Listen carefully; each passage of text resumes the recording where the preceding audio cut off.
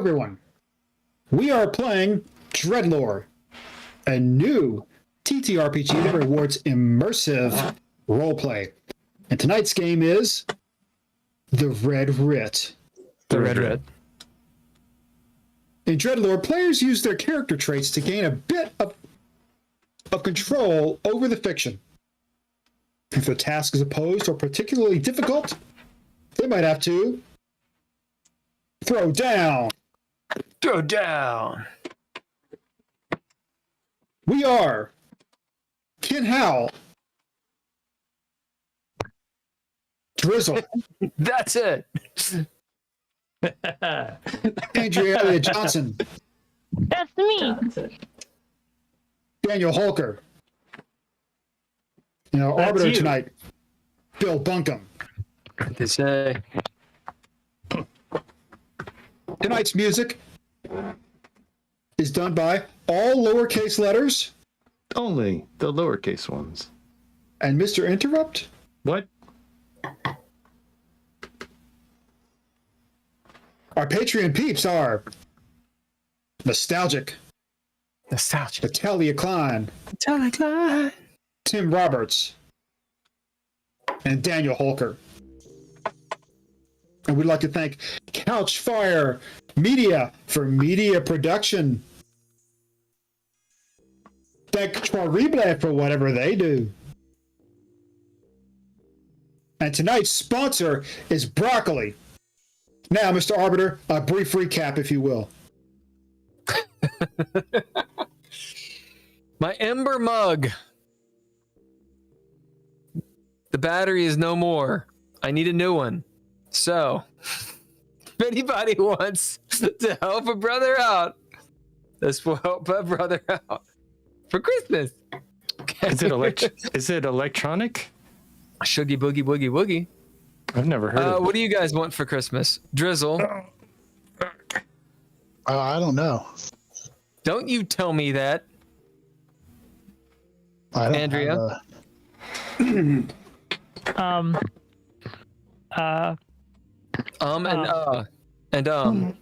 All the things. World Okay. peace. Ken. I also want world peas. I'm the only person who's going to get an Ember mug. Holker. Battery for that Ember mug. The Ember mugs have it. Actually, supposedly, I cleaned it with alcohol. And supposedly, it's... Oh, shit. It went down to 5%. Oh, well. I need one.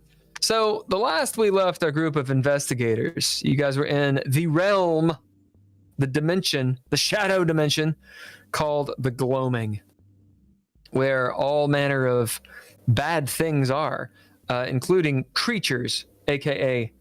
vampires. The world is a vampire.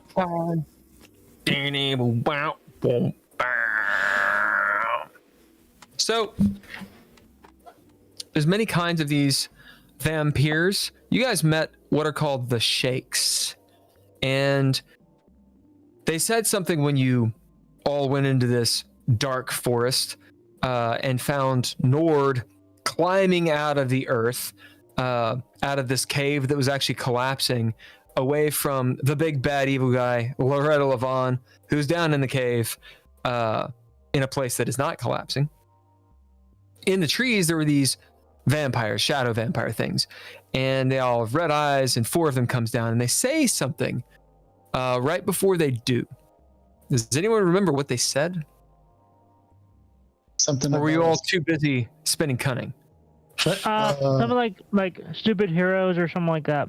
Yeah. Who? So. Anything else, Drizzle? No, it was that we were basically stupid heroes because they noticed us because we were heroic. Well, and I remember what's his name saying that they were attracted to heroics. Indeed. So you both get tips. Indeed. So you found out a piece of lore about these characters, these Shakes, these creatures, that they are attracted to heroism, to bravery, which means is that because we're all glittering? bright. Our souls are burning bright. No. But I wouldn't answer that question even if it was the case. Uh-huh.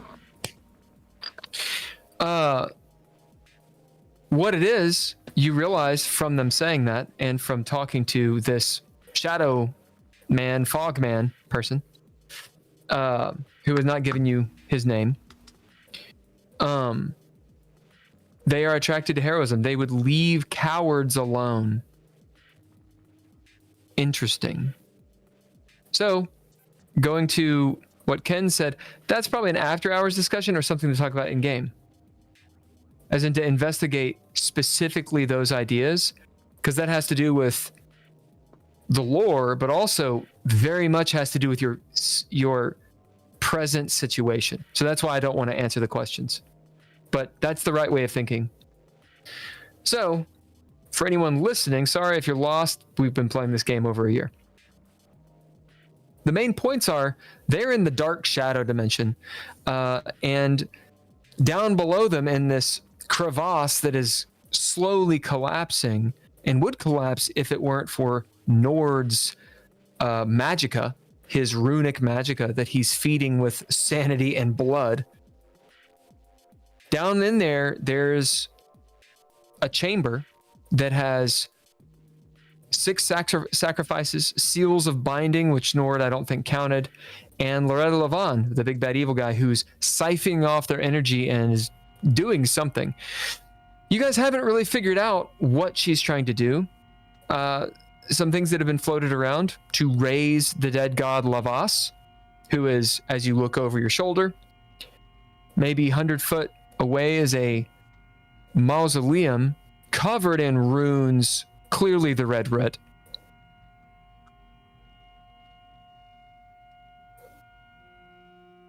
The red Writ. The red. Thank you. Right. As well as these wavy lines, which you've not seen yet. They seem important, though. That mausoleum is sealed. You know that Tony is inside with, if you haven't guessed it, some form of Lavas. So one question is Loretta trying to raise Lavas? Or aka Levi. How does that work? You left Levi, the singer, in the realm of the natural. You drugged her. And although she does seem supernatural, as in her voice can mesmerize people, there's obviously something you're missing there. What was Lady Callie trying to do? Was it the same thing? These are questions. What are the bad guys actually trying to do? You know that these acolytes, they're different than the ones underneath Lady K. They act differently. That hasn't really been investigated, but they've been described a little bit differently. They're definitely still into the carousing and just abject hedonism, and they all seem to be extremely rich. Okay. One of the ways I'm going to say is different. The ones under Lady K, their goals seem to be different, as evidenced by the true acolytes of Lady K became undead. It's true. Now, there was a lot going on, so I don't expect you guys to like piece it all together. But No, I think that's a conversation that I think we could have. Yeah. Yeah. Like, why do So- some people stay dead? Why do others not? So it all ends up with you attacking the Shakes attacking you. Clearly they have some sort of mental telepathy or some sort of power because they knew who Gabriella was. Perhaps they could read Simon's mind. You don't know. Although they could. So that's it. The end. You met with this fog person surrounded by crows, and he helped you. He did not give you his name, but he talked to Leah, and he talked about Mariah potentially being something called a hero of the age. Potentially. Leah and this guy, we'll call him Shadow Man at present,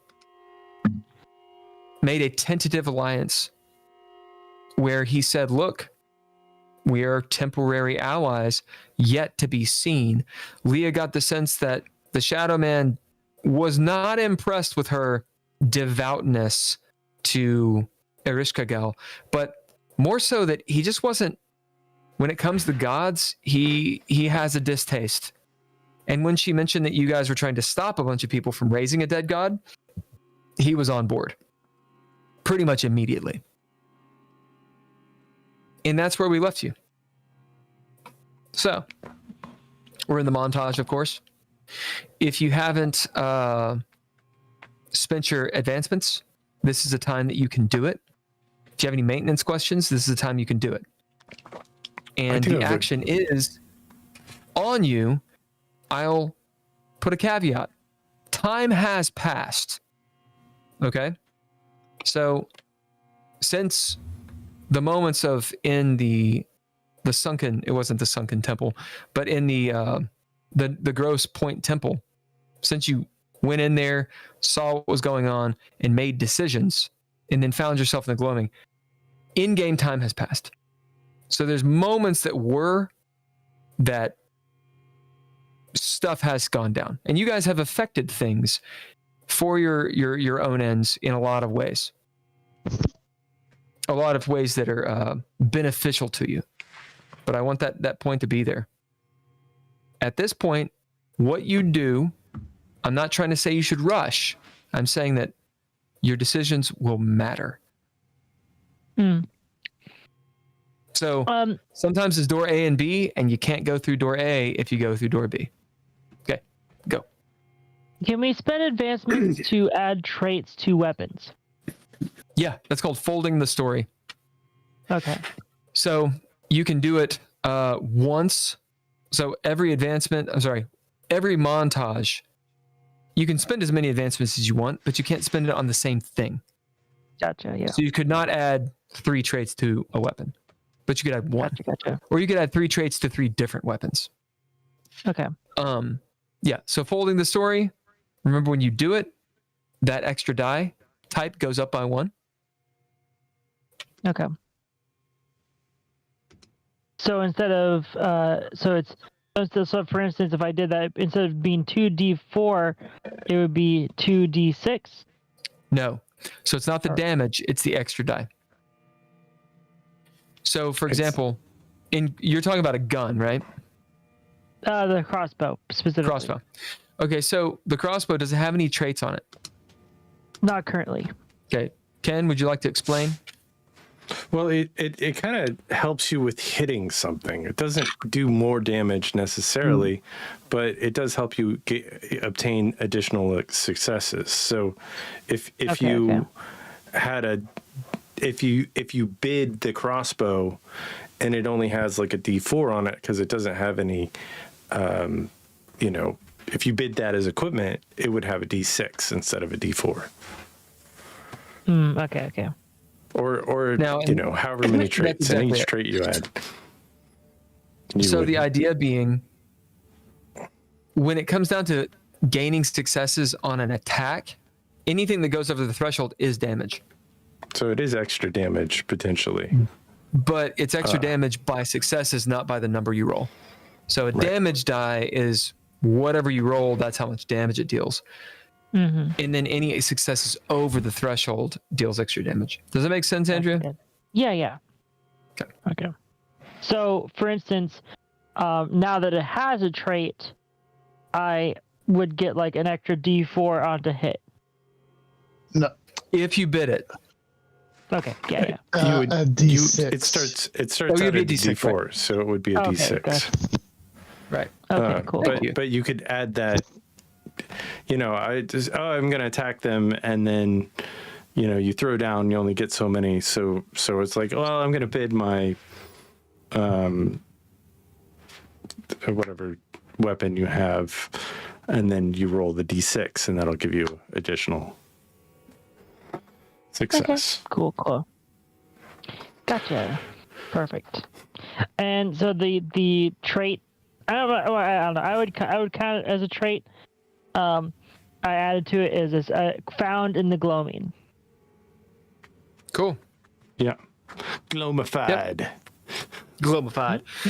Yeah, so But does that That have golden- additional if it's gloaming wood? That would give it or is that something specific? those are just special traits. So, well, Okay. traits is the wrong word. So, adding a trait to something is something you can bid, meaning you can bid your equipment, bid your ninja gear, Yeah. and that gives you an extra die. You can do that on a turn. You can do that twice, and you can do 2 abilities because you're tier 2. Gotcha.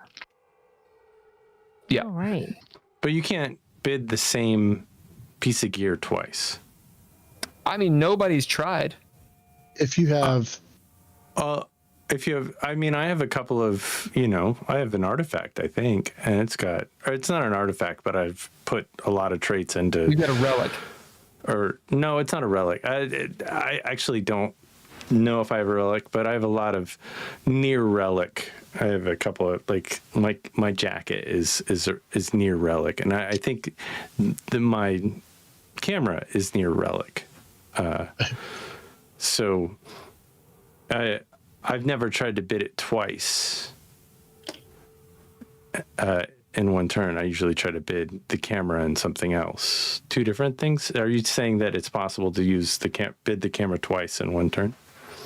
because technically, what you do is you bid the camera, and then you bid a trait on the camera, because you're not technically bidding the camera twice. You're bidding the trait of the camera on the second one. All right. Are you ready Interesting. for my? Are you ready for my crackpot theory? Yeah. I think I might be totally off, but I have a idea that I just came up with. So I'm thinking, because we were kind of suspicious as to whether or not Lady K really wanted to help raise Lavos or not, right? Like, it seemed like there was some kind of ulterior motive. So here's my Sure. thinking. They want to raise Lavos, not for the sake of Lavos themselves, but because Lady K wants to take over Lavos' immortal body. Because Right. she wants to be immortal. Yeah, I think Like, truly immortal. I think that's true. I think Yeah. Lady Callie was trying to get the power for herself. I agree. I also think that I don't know. I mean, it seems like Loretta is, I always thought they were buddies and partners. We're on the same page. Maybe Loretta, now that Lady Callie is gone, is gonna try and get that for herself. Because when I was down there, she was like siphoning off their energy, I think. I mean, I didn't look that deep into it. I didn't want to stick around because she vaporized these people. I mean, they were there and now they're missed. So it was scary shit.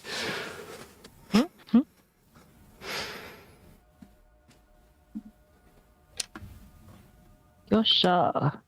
But I think we got to figure out how to stop Loretta. Oh, real quick, Leah, I think maybe you could give one of those keys just in case we get separated. Because I think that's the only way out without perishing. Fine, I'll give. Who wants it then? Who should we draw straws? I mean, I would love a key, and you could give it I'll to take me. one. Well, you only have 2. I think if we get split up for any reason, 2 of us should have one. But Just out of if you know how to curiosity, use the key, I feel like Drizzle or myself, or Drizzle, I don't know who the fuck Drizzle is, but He exists here.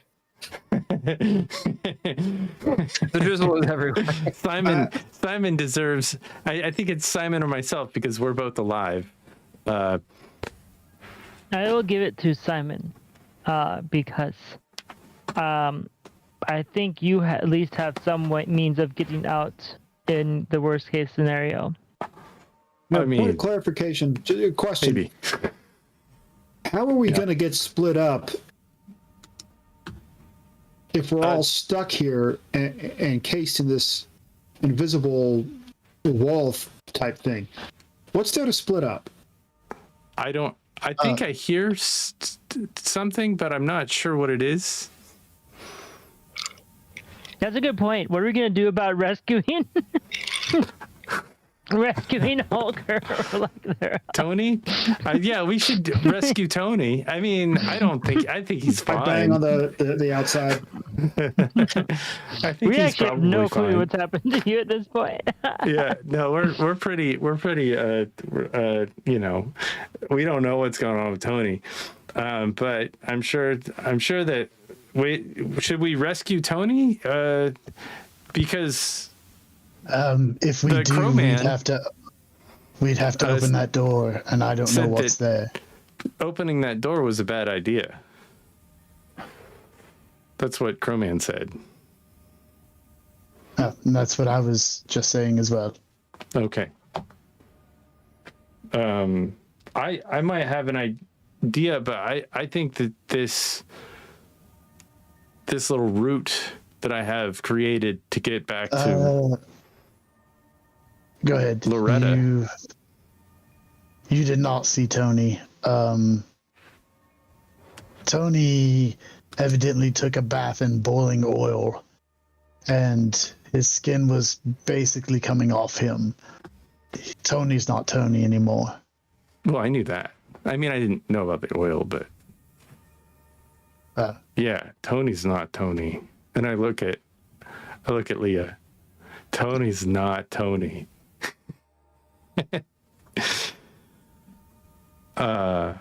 Leo, you'll see actually Leah get like a very serious face. Don't bullshit me. I know you had to have walked right by it when you went through that door. So are you saying that you're not Leah anymore either? I don't know. I am, but I know that I died.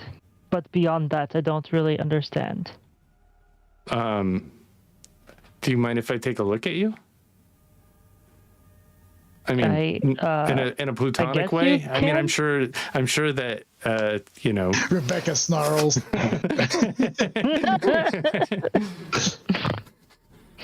Don't touch my man. Well, no, at this point, she's just mad she wasn't invited. Yeah, right. She's trying to pull around with both of you. It's true. Like I, you know, would do it a very like a gentleman. Like you know, you've gotten some sticks, but I think I saw what was going on in the hallway down there. That was something. Do you feel okay? I mean, is everything move all right? I think so. Arbiter, come back! No. Can you you know, here, do this. You know, move your arms. Like I'll start. Maybe I'll check for a heartbeat. See if you're warm. I guess I should wait for that to happen. But yeah, I mean, but Tony had that same. But we saw Tony die, right? I mean, I'm not just hallucinating that, am I? Is that? I mean, I didn't see you in that tree cover. He went down in one area and popped up somewhere different. with but the magic laser.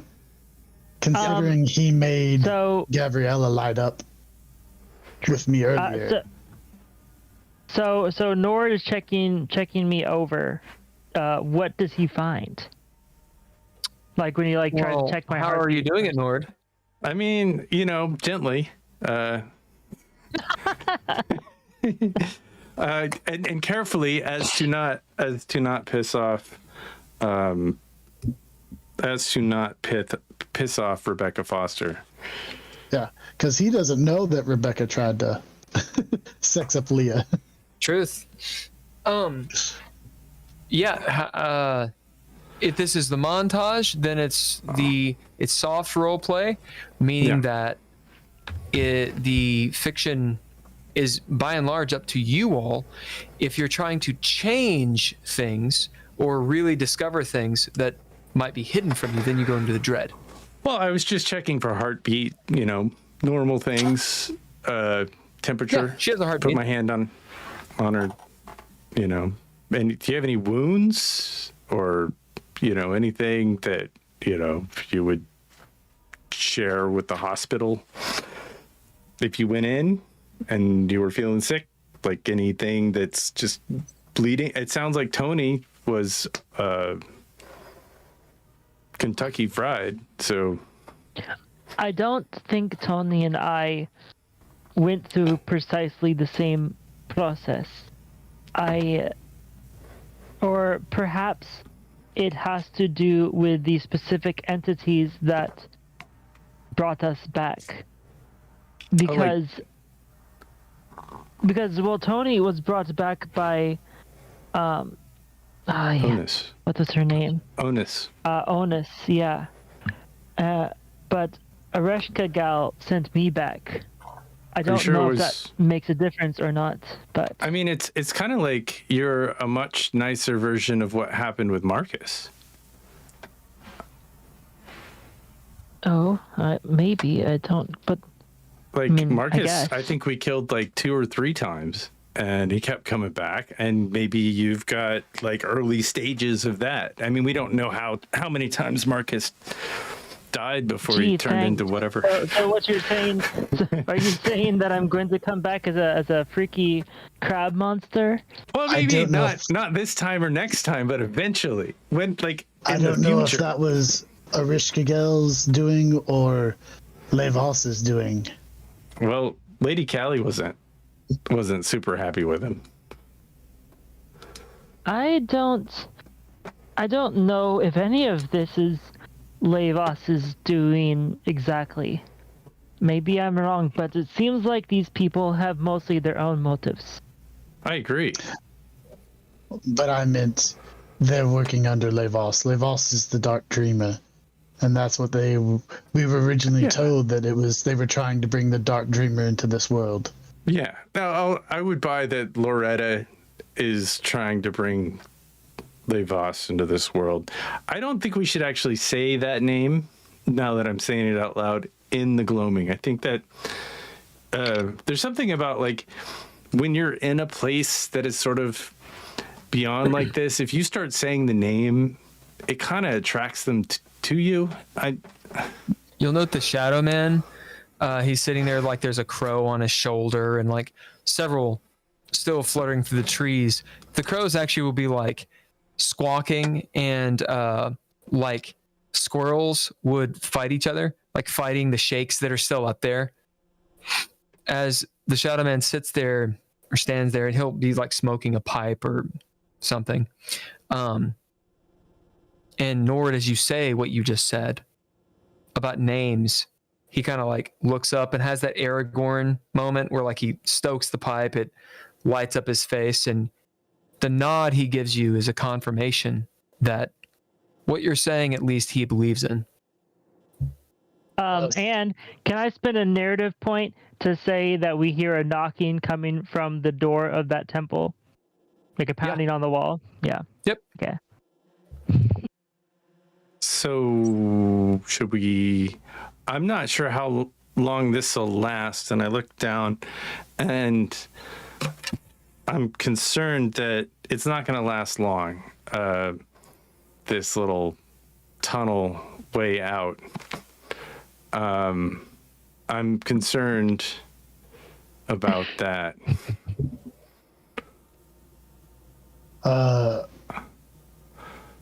I again, even though you stabilized it, I don't know if it's the safest way.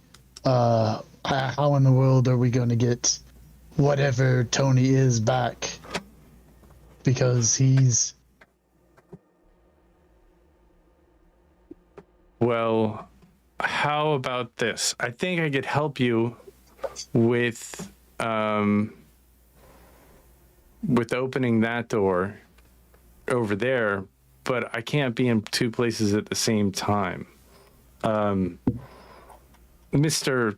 Crowman, sir, do you know anything about any of this? Can you keep this door open in the ground? Sitting there, actually.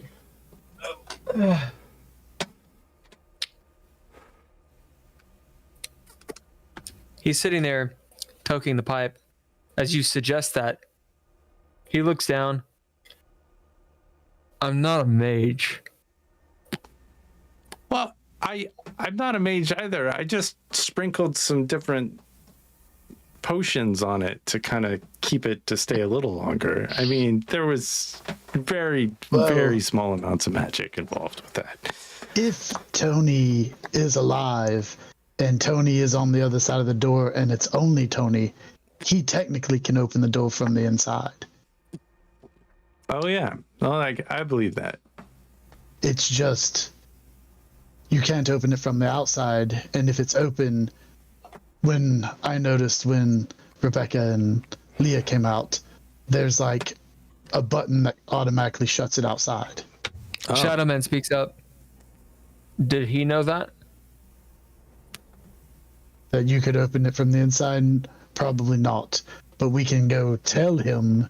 But the thing is we don't want... If there's something alive in there with him that got free, we don't want it getting out. Well, I think that sounds great. I think you should go tell him. I think I should stay here and continue working on these circles of protection. We'll call them, to keep this area reinforced, because we'll need 2 keys if I don't, because we'll get trapped on the inside over there or whatever, and we won't be able to get to this pass for Loretta. So I feel like I should stay here and keep this pass open, because we won't be able to get back. My question is, if we have these creatures that are around here, they knew Gabby was my weakness. If I go over there and start talking to Tony, how do I know that's actually Tony on the other side to tell him to open the door? I don't know. Ask him something only you guys know. And Mariah and... Who in this world would know about Gabby? We didn't mention a word about Gabby when we got here. Well, I kind of had a feeling they were, showing you what you wanted to see. Right, but how did they know that? They must have known that by somehow getting in my head. So if I ask him a question, they'll know the answer because they can get in my head. You wear your emotions on your sleeve, man. It's not that hard. So you're saying go by my gut feeling to see if it is Tony or not? Yeah, I think so. And maybe bring our new friend, the Crowman, with you, and Mariah and Leah could stay here. That way, we all have keys just in case we get separated. And You say there's a dead god in there with him? I don't know for sure. That's what Leah said seemed what happened. So you were in there? I was at the top of the stairs when he opened the sarcophagus. Look, man, Simon's alive. I know he's alive. I'm alive too. We're all alive. I am alive. I'm right here. Was there a name on the sarcophagus? Levos, I think. Yes, we were told that's what it was. Do you know who Levos is? The dark Not dreamer. outside not out of the context of what they've been saying that she is. But that I don't know how true what they've said is. Well, she sounds like a lesser deity of some sort. I don't have any direct knowledge of her. But usually dead gods are dead. Well, we think that they're trying to Could they be re-alived, reanimated. The thing is this. Thing is that. Can gods be put to sleep? Oh yeah. Because they've always referred to her as the dark dreamer, which implies she's merely been sleeping, maybe not dead. Well, even dead gods are really sleeping. They're called dead because they don't have any agency. Well, they're chanting a lot about, them. I'm not going to say that chant, but they're all chanting this thing over and over and over again. He looks over at the mausoleum. Now, there's definitely a place of power. You can tell by that as he points with his pipe. You can tell by those runes on the side. He's looking at the wavy ones. It's definitely a place of power. The mausoleum was built on a place of power, probably so that it could keep this Levos in check. You've opened up the sarcophagus. You've broken the seal. Well, who knows? Well, hopefully Tony doesn't poke the bear. I mean, I think just opening it up is already too late. I think it takes a droney chant and some blood. They got this they got this big field where they were dropping all the bodies, and it was a whole thing. I mean, it was big. Hundreds of people are involved in this, I think, or at least 50s.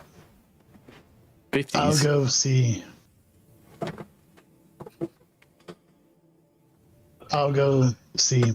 Sir, I know you just said names were important, but we can't just refer to you as Crowman. What would you like to call us?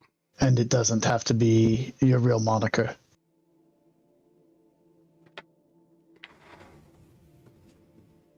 I'm going to find that out real quick. Do you want me to tell you? You can call me Ibo. Oh, shoot. Ibo.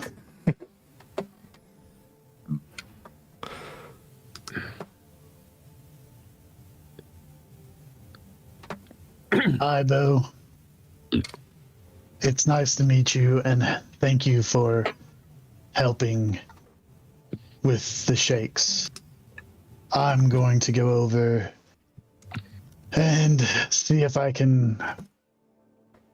is our friend in there, and hopefully not die. I'll come with. As he walks past, following Simon, he's looking at the runes that are sort of glowing around you, Nord. You had made them even more solid, almost like concreted them into the ground.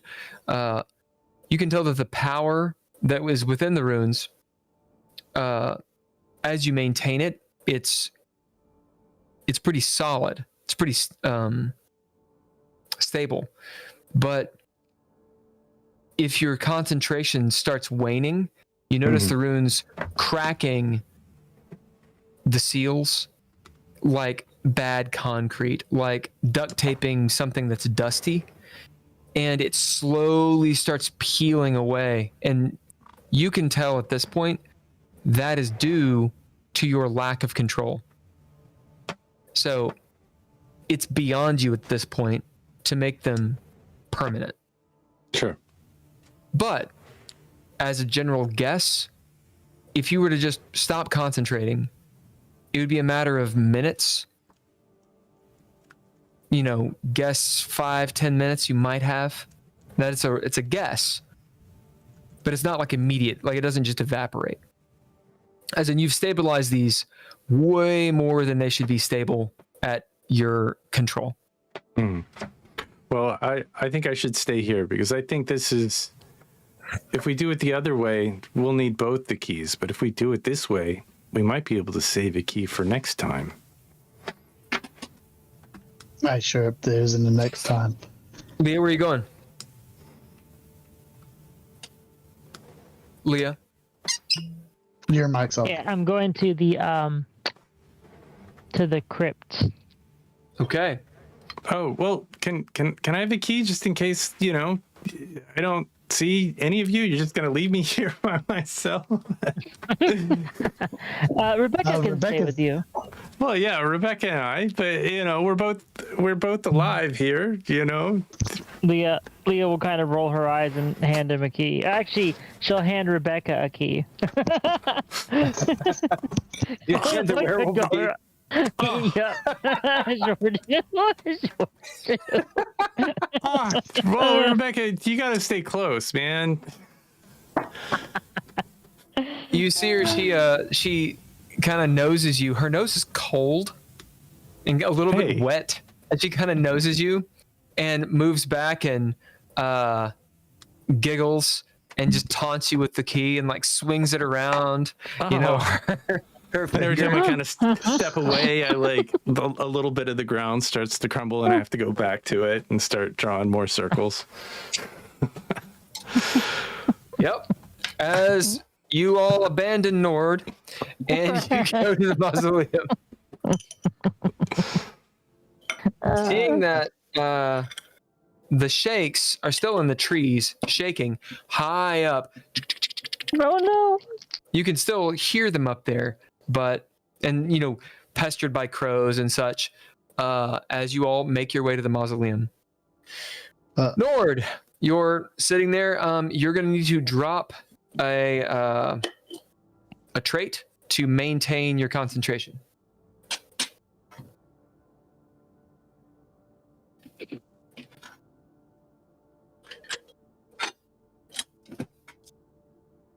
You are muted. You're muted now too.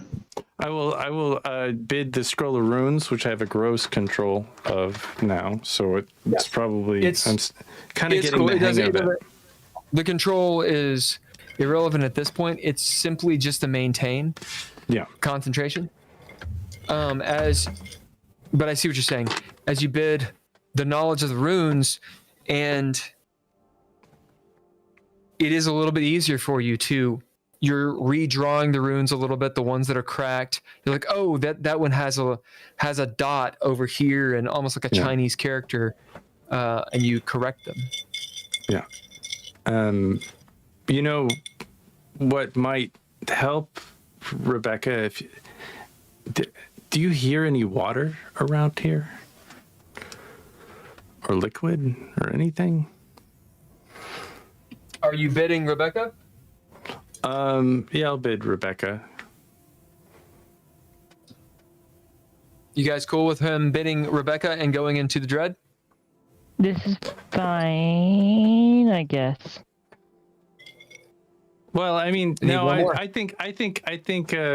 Actually, I'm going to change my mind. I think we'll just stay out of the dread for now, because I feel like once we go into the dread, I'm going to start having to bid like every. You're right. few You seconds. are 100% right. All right. So that's the push and the pull of staying in the montage where it's floaty, but you don't have control. I want to stay in the montage and just hold on to doing my circles within the mausoleum. Tony, Simon and Mariah have moved past you, so this is a little bit before. You're standing at the sarcophagus of Lavos. Looks like King Tut's sarcophagus, except it's Lavos instead, and it looks like it's made of marble, extremely heavy. As you see Leah running by. I see them? Right. Yeah, this is prior. We're going back in time. Oh, okay. Sorry. This is what happened. As the door shuts, they're gone. As you're sitting there, what do you do?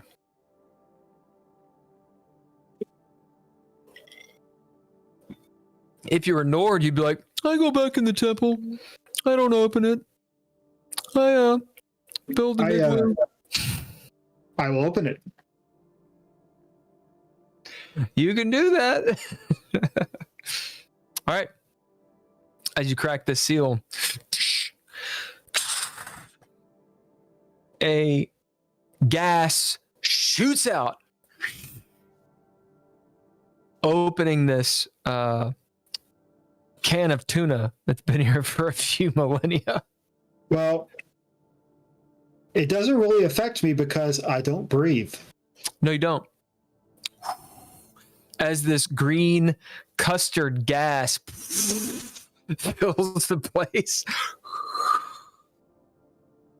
you note that there's a disturbing feeling on your skin, what's left of it, as you see your skin sort of boiling around a little bit here and there, but it doesn't otherwise affect you. Maybe some of it drips off.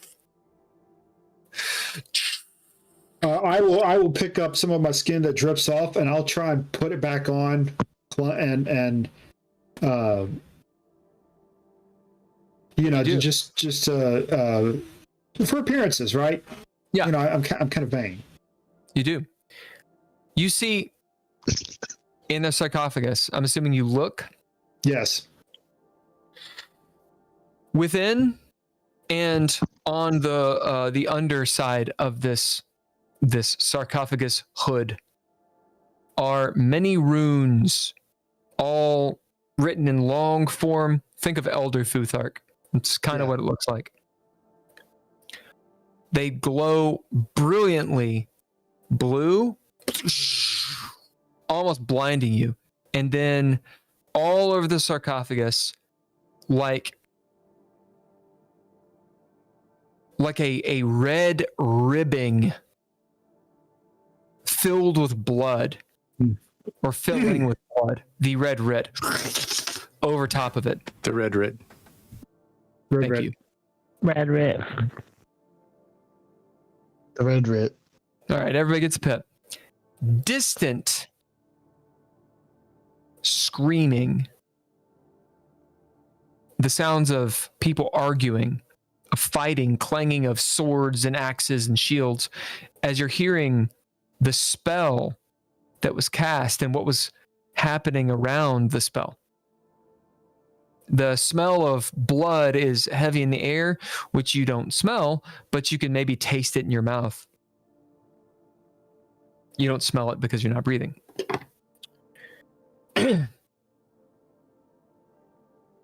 Looking in the sarcophagus, the desiccated corpse of a woman in aristocratic like courtly garb and garments, which are ancient and dried and crumpled and all these things. Her nails are Empress Dowager, like Chinese Empress Dowager style, like long and weird and bent. The hair is just boofed all over. Toenails going everywhere. And it's this mummy. As the mummy's eyes awake in a flash of golden light, there's no eyelids, or the eyelids that were there just sort of flake off. So her eyes are just like, oh, right? With pupils that shrink, and her eyeballs, her energy eyeballs, turn to you as she starts to get up in this insect-like jittery fashion that's a little too fast to be dead. She's standing up out of the sarcophagus. The light and heat that's emanating off of her, you note, is starting to make your clothes smoke and your skin smolder. It's uncomfortable, but it doesn't technically hurt you. Uncomfortable, considering where I was? You went to like an easy bake oven. That's where you are right now. It's like it's an air fryer. I am breaded, okay? At this point, you hear at the top of the stairs, Lee going shit, and trying to find a way to open up the door. Yep. And in fact, Tony, you get a flaw called Kentucky Fried Breaded.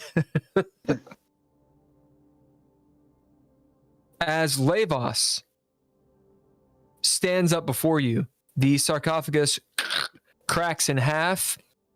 There is something unhinged about her, something insane about her, as she reaches out and grabs you by the throat and lifts you off the ground and throws you against the far wall.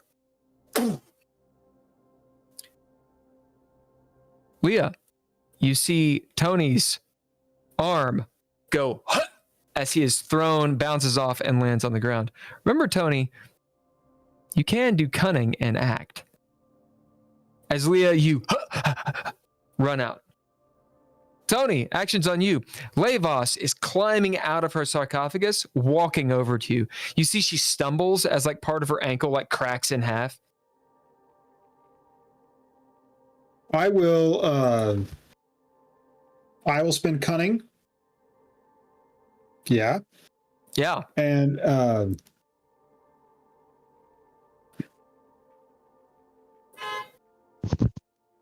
I will take out my 38 special Yeah. and realize that it got fried. Probably doesn't work. I mean, who knows?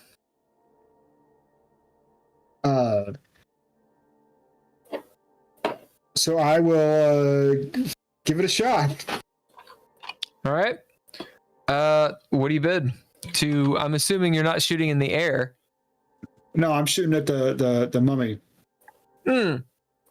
You do note that behind you, where that shimmering shroud was, Yeah. it's still there, but just on the other side, the room then caves in and is somehow held up by this thin, shimmering shroud of magic. So there's no way out that way.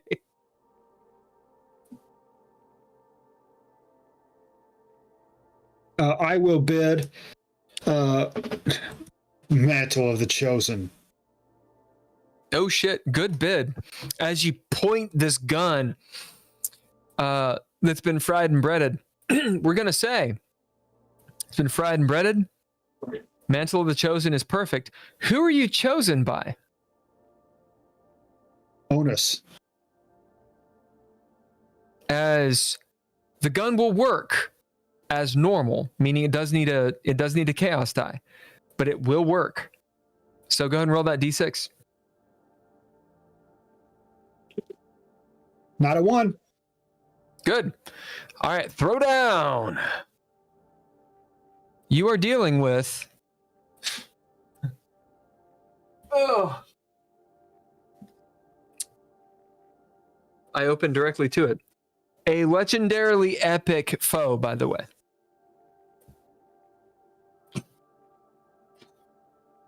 As I reference my own book.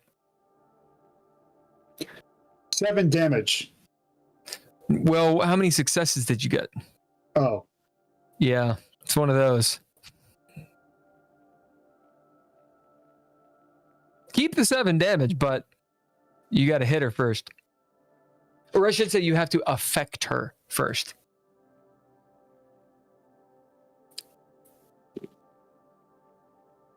You know, if you're starting a fight, Nord's going to be here any minute. He's going to find a reason to be in here.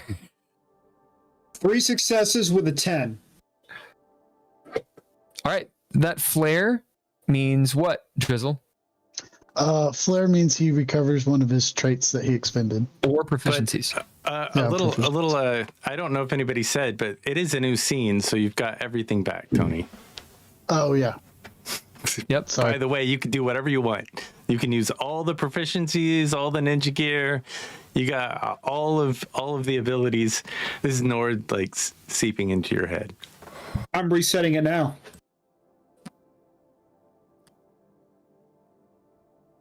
Is that how it's going to be? No, I'm kidding.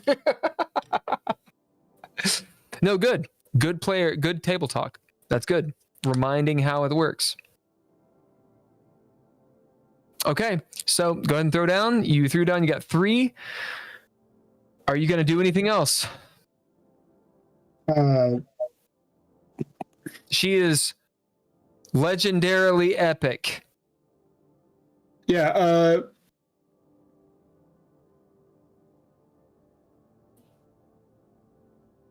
I will also. I will also bid.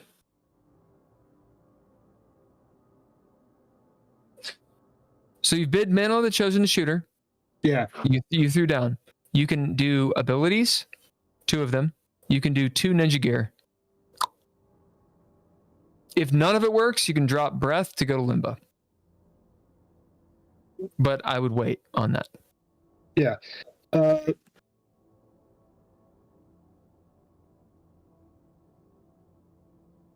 I will bid. I got some batons.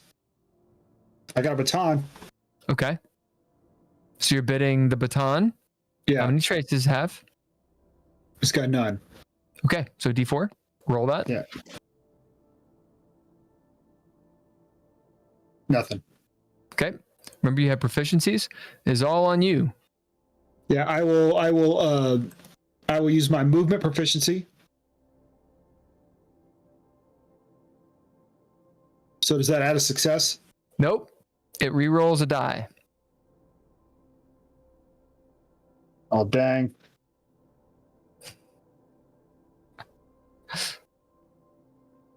Nope. Nothing. All right. And Any more ninja gear? You got 1 more, and you have 2 abilities. I've got abilities. Yeah. I will bid.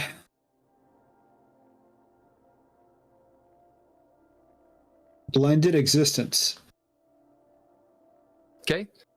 So remember all that you're bidding. Remember it because you're going to have to fold this into the fiction of how it works. So how many upgrades do you have on blended existence? 1. Okay, so that's a +1. So you have four successes. All right. The threshold is 5. So you need at least 1 more to go to limbo. So you need another ability and another ninja gear. I'll bid my rosary bead. How many traits does it have on it? It's got none. Okay, you need to add traits to those. Roll a d4. This is how you should advance. Advance your ninja gear. Nothing. Remember, if you get the proficiencies, I would drop those for ninja gear. And then I will bid Mantle of the Chosen. Okay, you've already bid that. Oh yeah, but no. You got to bid something else to activate it. Correct. Okay. Vestige of the Godhead. Great. Okay.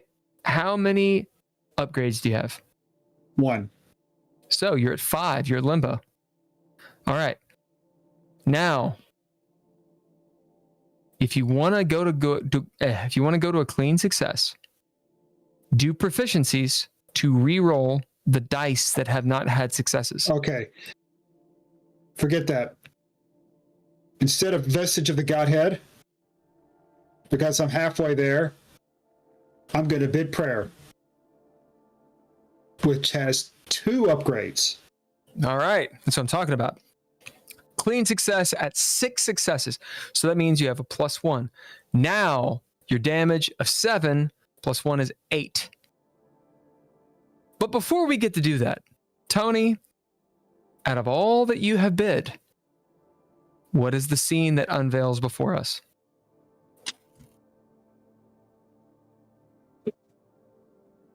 The mummy thing, as you said, works its way out of the sarcophagus, picks me up, throws me against the wall. And Leah goes,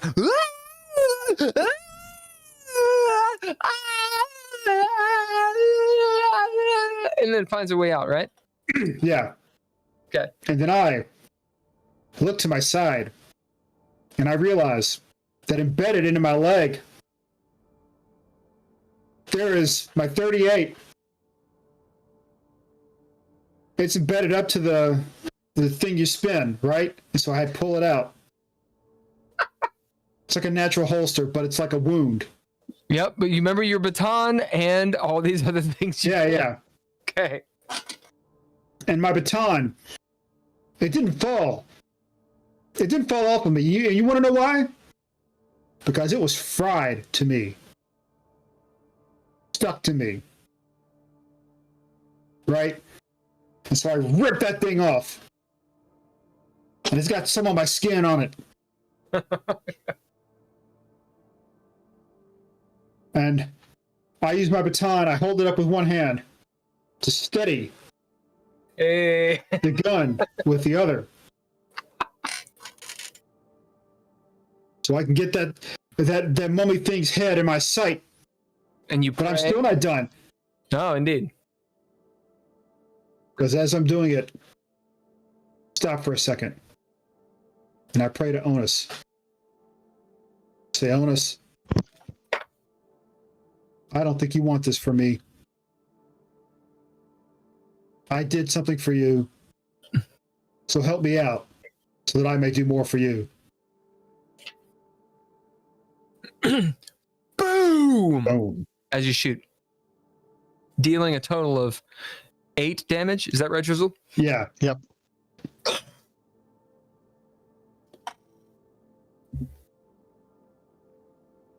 Is this 38 special in any way? In terms of magicka or runes or anything? No. Okay. Boom! As you hit Levos's mummy, it hits her in the jaw, exploding the jaw. As she's walking towards you, she stops for a moment, slowly turns back, her eyes staring at you. It's hard to tell an expression on this graped out face, right? As she turns away, there's a moment of perhaps, I don't know what you feel, Tony.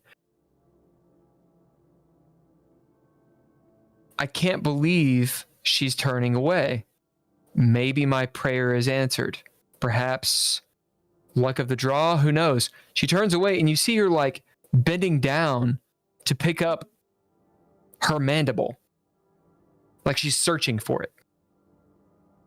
In this moment, since you spent cunning, what are you doing? Because her action is to find her jaw.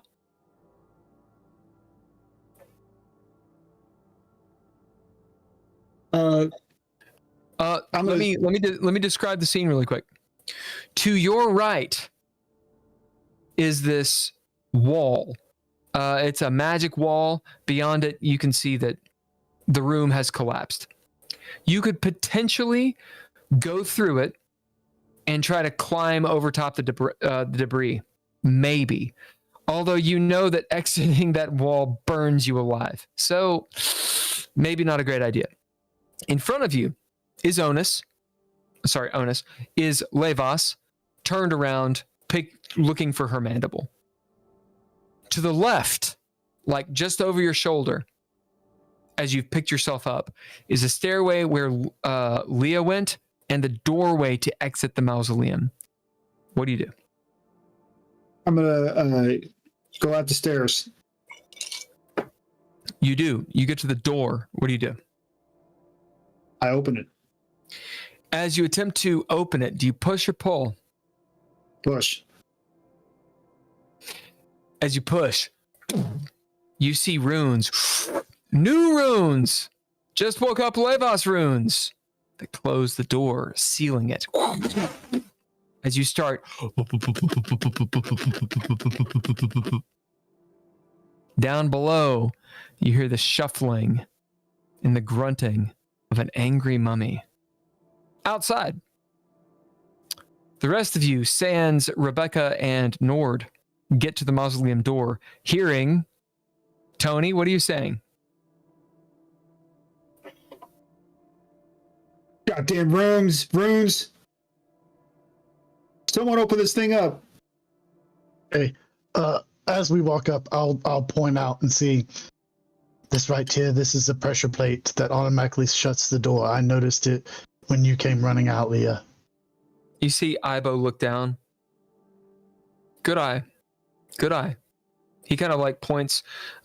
You can bid or throw down to know what in the world is behind his scarf and his expression, if you wish. Same thing for you, Leah. Mariah hops over it and goes up to the door, and you see her like do bang against it. Tony, you hear Mariah's voice. Tony, are you in there? Yeah, it's me. Just push the door. You can come out. It lets people out, but it doesn't let them in. I try and push it out. Doesn't work. No, Mariah. It's a pull, not a push. Oh, shit. It's a pull, not a push. I will attempt to pull it open. Okay, question. Is it a pull or a push? It was a pull. It's a pull. I love it. You get a pip as Tony. You pull the door open.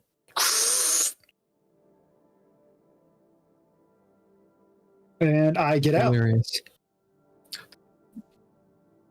Bid or throw down, Simon.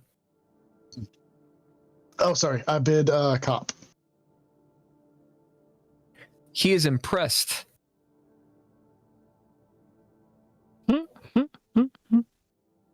Like the kind of impressed where it's a person who is not easily impressed. Tony. As he kind of gives you it's the kind of impressed where it's like, maybe I won't kill you later. It's one of those. What's going on in there? Yeah, the door is open. Did you see shadows within the shadows moving around? I step through and close the door. Before you close the door, world action. Nord, you can bid or throw down to gain a sense of the words that are spoken. I'm gonna bid. Gonna bid Nordsense. Make a sanity roll. Everybody. As you hear fell words from the deep.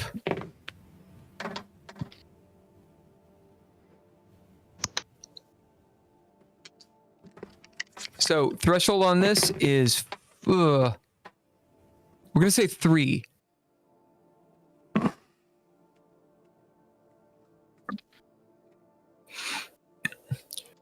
Restu malthermitai are the words. Nord, since you bid.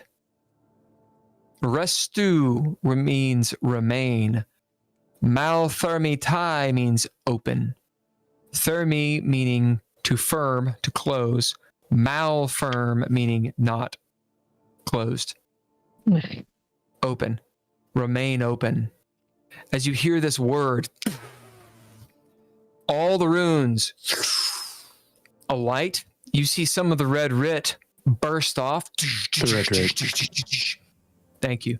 As the wavy lines almost move around the mausoleum, and the door will not budge, Tony, as it looks like it, or it feels like it's a part of the floor. What'd you all get on your sanity rolls? 5. Nice. Narrative point. Describe it, Simon.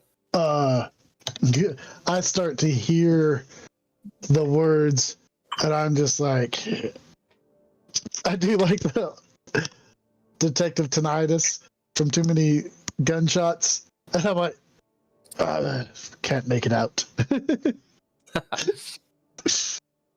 Leah, the rest of you. 3. Okay, that's limbo.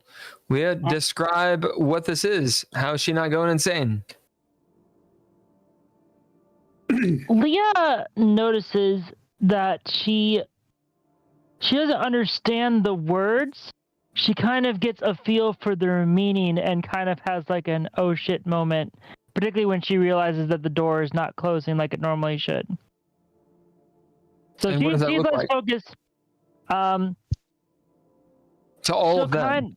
yeah, so when you hear the words, Leah will kind of get like a scrunched look on her face, not understanding why she kind of gets what they're saying.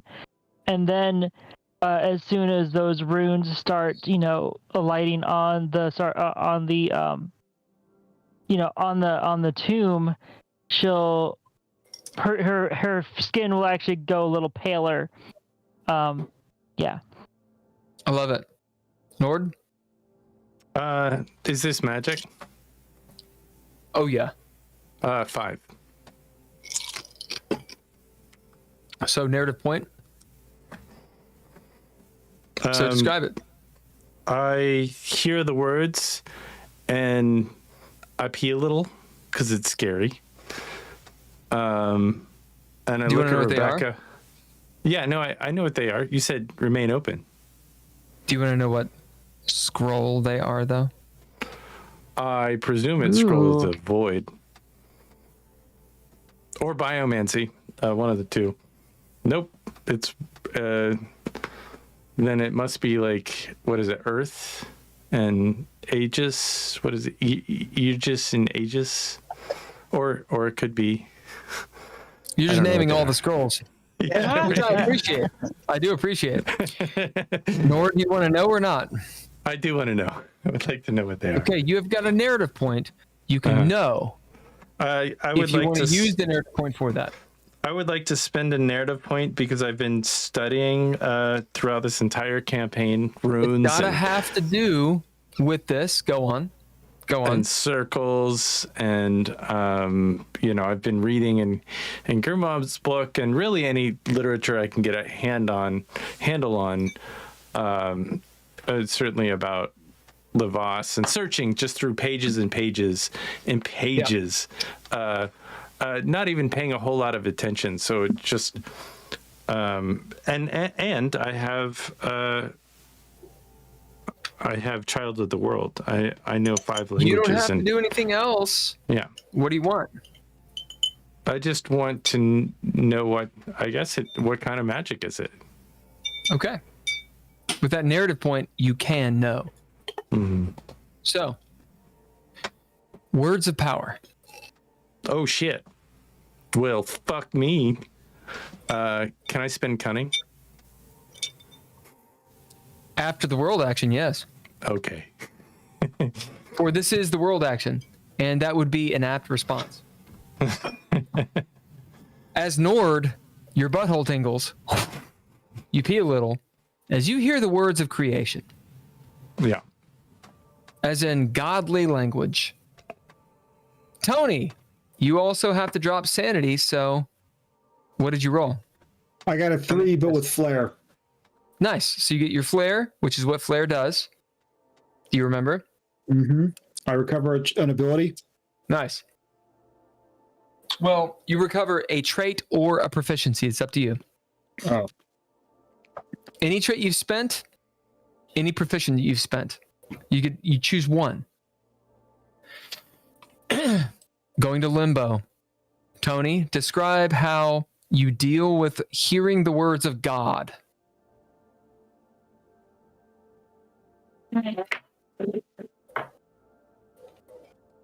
I start to twitch and to worry and wonder if these words that I'm hearing are if I should act on them or what I should do with them, and then part of my brain that would make me run and flee or do something really, really irrational is dead. What does Leah see? as in Tony, what does Leah see? In terms of me, Yep. Leah sees a man who definitely has the voice of Tony, but might as well be a breaded chicken at this point. Okay. I mean, parts of him looks like a chicken nugget. Tony and Leah, since both of you hit limbo, hearing these words, remain open. Restu malfermitai. You two get to decide which flaw it activates in you. So think on it. Make it good. Okay? And that is a part of your next action, the next turn. So fold that flaw into your turn. As for Nord and Simon, you're able to slough off this chaotic wave of energy, learning something from it. Simon, you sort of ducked and covered. You felt immense energy pulse from the mausoleum, and it burst parts of the Red Writ. You know that whatever Lavos just said effectively was against the seals that bound Red Writ. the mausoleum. Thank you.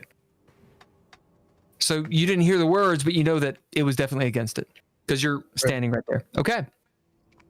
She's going. Okay. Cunning. Yep. Anyone who's spinning cunning, do it. Can I spend cunning for Rebecca? And can I bid Rebecca? Yes, you can bid Rebecca to activate her, and you can drop cunning to make her go now if you wish. Yeah, I would like Anyone can to do that. Yeah. So you guys can share those resources if you wish. In fact, on this moment, table talk, go and do it. What are you all doing? Figure it out as players and or better yet, characters. Go. So talk to each other. I was planning on cutting myself and putting my blood over the runes that I've been creating, and then yelling at Rebecca to pick me up and carry me to you guys as fast as possible. I have a couple ideas of how to shut the door, potentially.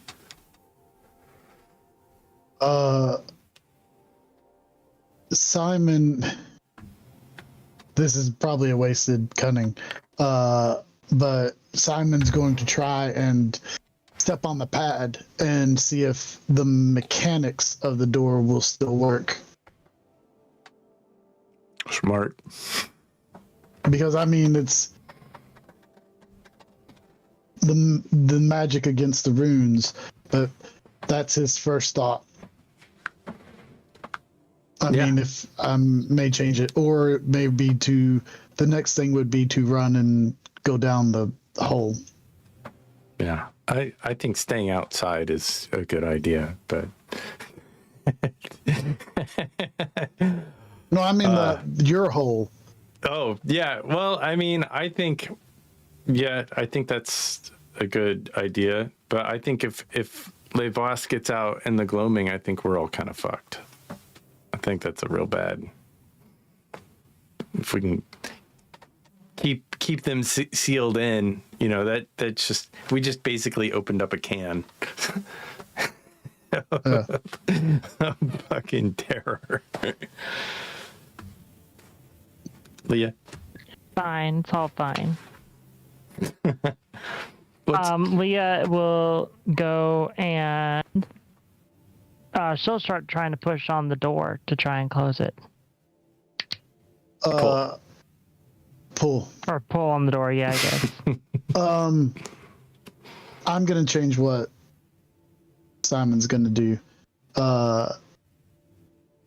because Simon saw the red writ disappear. Yeah. Red. He knows about, because his blood got pulled away into your magic. So Simon will probably try to reopen that wound that he had and try to put the red writ back. That's interesting. Interesting. What's Tony up to?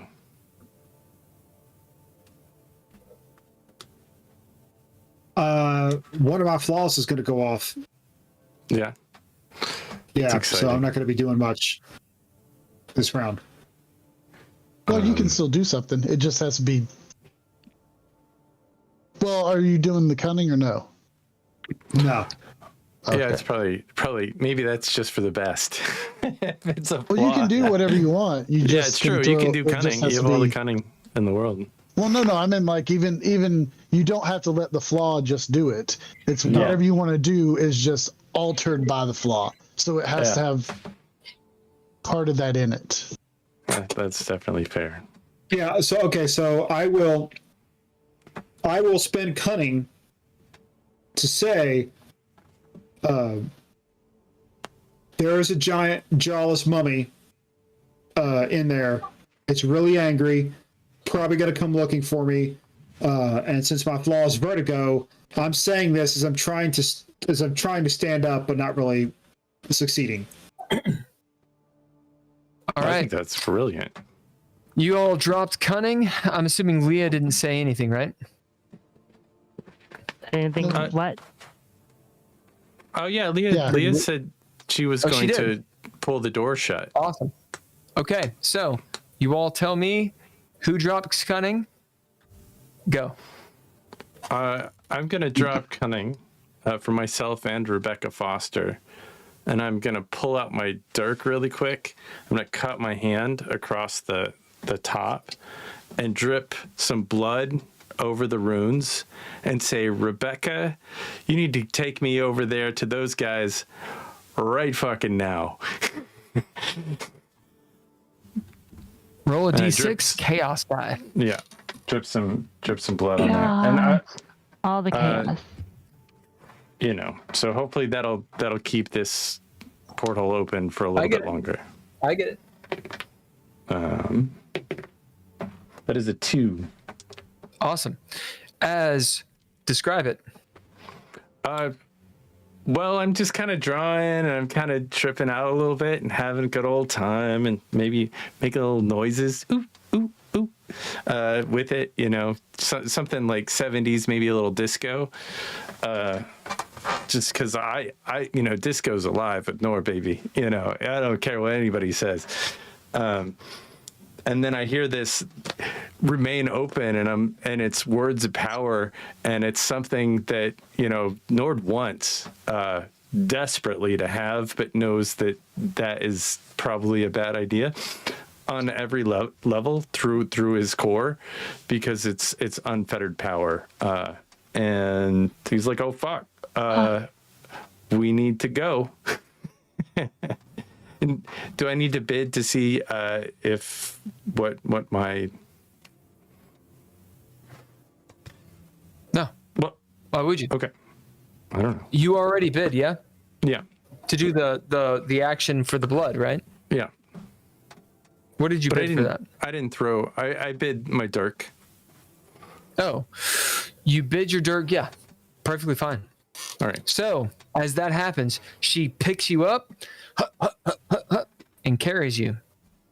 All right, keep on going on the cunning. So I am going to bid rigid, and upon seeing the red writ just disappear, The red red. and remembering The red. that when the shake attacked me earlier and the blood flew over into Nord's magic, I reach up to that cut and I start to open it again, and then I use the blood to try to rewrite the red writ that I saw disappear on the thing. The red red. So what do they see that can see it? That's what they see me. I want you to choose one of them that's around and tell them what they see Okay. as So, they're doing whatever gentlemen, they're doing. what you see Simon think about it, and he starts to aggravate the wound that the shake gave him. I don't think we said where it was, but he aggravates it till it starts to bleed again, and then he proceeds to start writing the stuff you've seen before, from what he can remember, back on the pillars. The best that he can, to the best of his ability, thinking it may do something.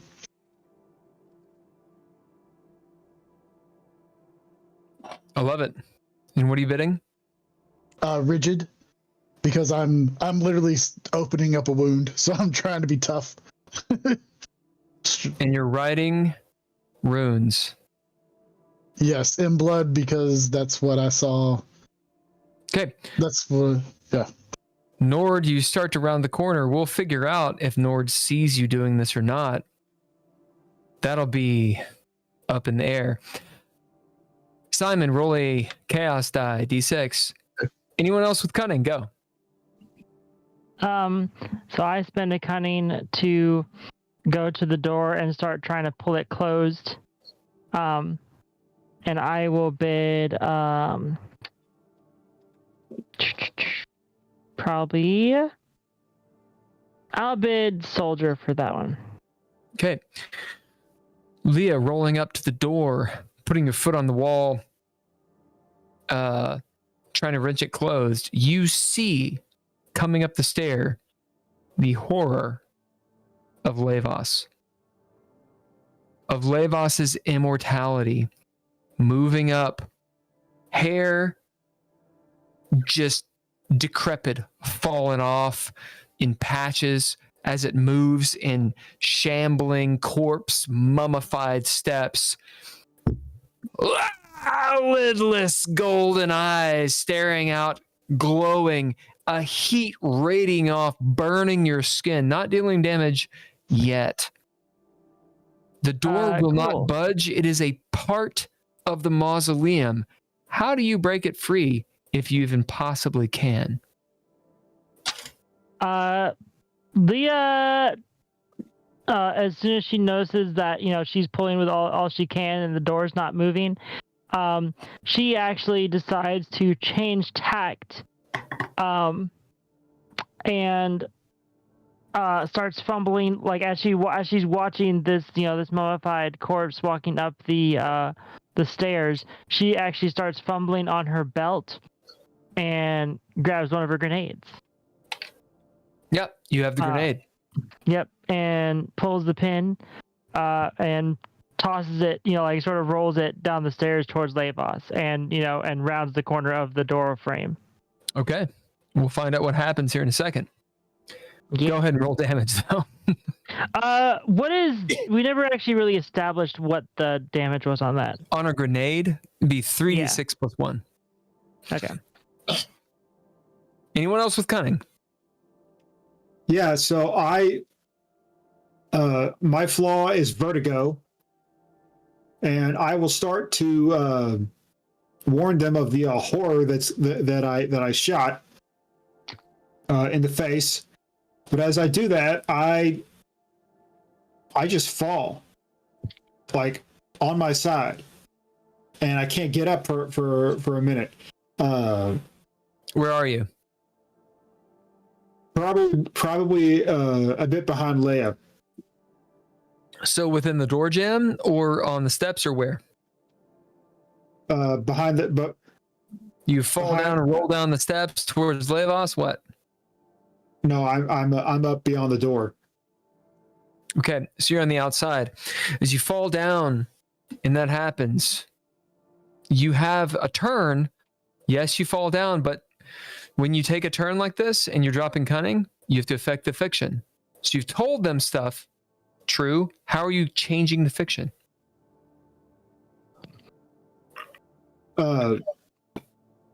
Just falling on my ass. Okay. If that is a meaningful action, then it requires cunning, which you have already spent. Meaningful meaning if you had done it or had not done it, it changes the situation. For example, I lit the house on fire versus I did not commit arson. So, He's been how does cunning. Tony falling on his ass? I know he did. How does Tony falling his ass change the fiction? Or what does he do to do that? You can incorporate the other players too. Play with each other. Go. It's your time. It's your agency. What's going on?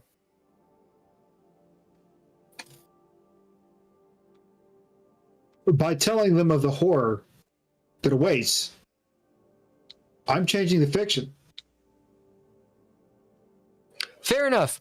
As all of you that are there and you hear his voice, Tony, describe your voice as you're describing this horror. Tony speaks with Tony's typical intonation, but significantly raspier. Almost like his airwaves have been burned with oil from the inside. As you hear his voice, the retelling, almost like a campfire when you're like a child, the horrors of the forest, the fear that is in his voice of the imminent doom marching up the stairs gets into all of your bones as you realize, you being heroes, there is a thing in here, whether it is for good or evil, you don't know, but it is great. It is formidable. It should be taken seriously. As it goes. Leah, roll a d6. Chaos die.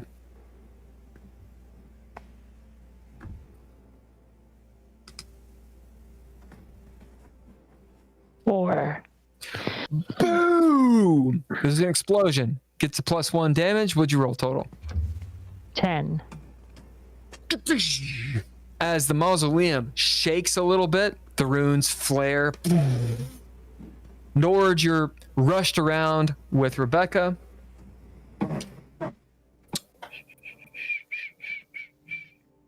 Say 10 damage. There is an agitated moan from inside. And like I don't know how to describe it. The grunting of like an angry cat. And but like low and in the earth.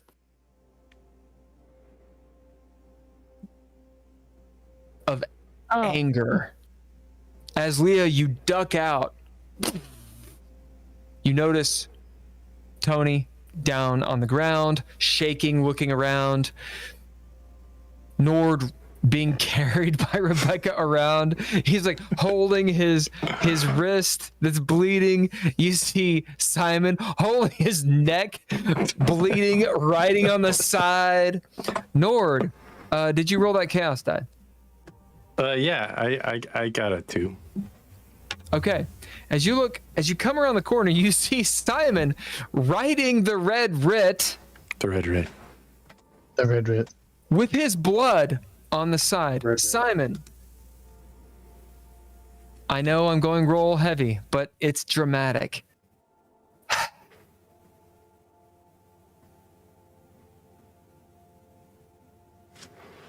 My chaos die was a 3. It was a 3. Mm-hmm. Simon, as you write these runes as best you can with your own blood on this mausoleum, you feel a sympathetic connection. Nord, you coming around, see what he's doing with his own blood.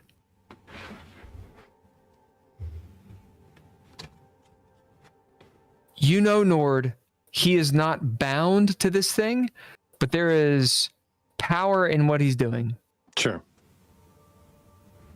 Simon, what are you trying to do here? I am replacing the runes that disappeared when it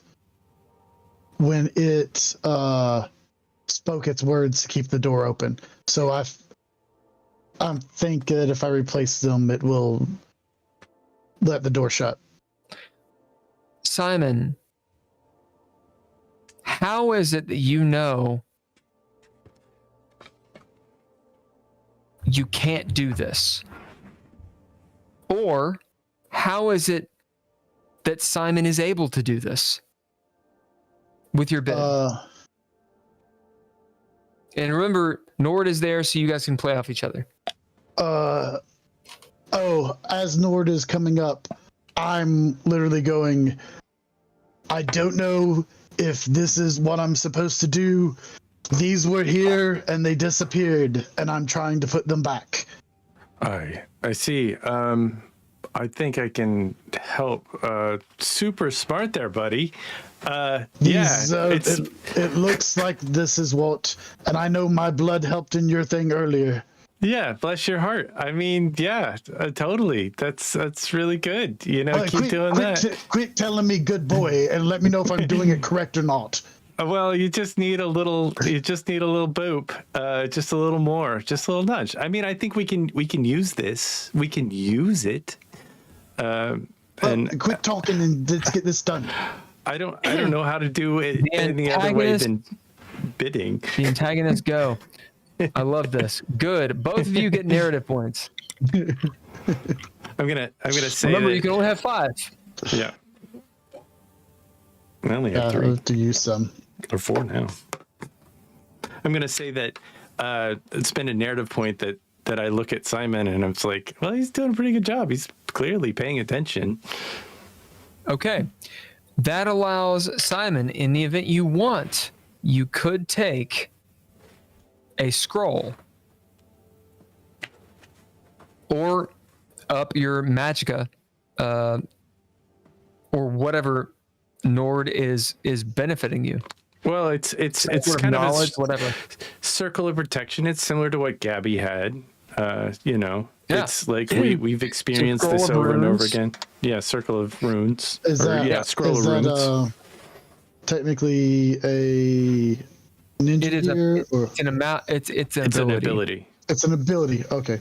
So it'd be scroll of runes, and it would be the idea. You need to do it with an advancement. Mm-hmm. So the idea of you now have the ability to, in game, start learning about magicka. Yeah, but I mean, you sacrificed, yourself. You've got intent. You set your intention, and you believe it. And I think that's the very basic. The antagonist turn. So far, or Simon's come so far. Levos makes it to the top of the stair. Part of her ribs and such blown out by the grenade. She gets to the top, stands at the doorway where Leah has dropped over, has, moved around the door jamb, and Tony is on the ground.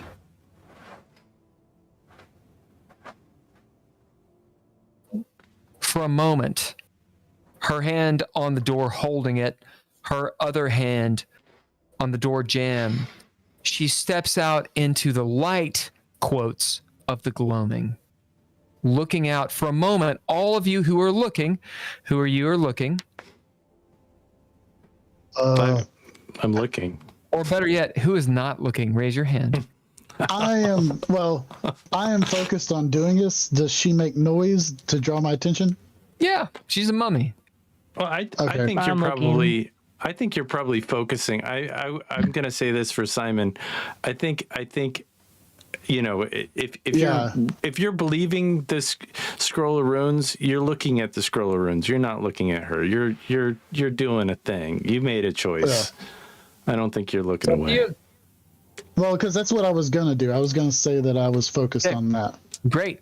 So anyone who's looking, for a moment, you see Levos in this decrepit, fucked up form.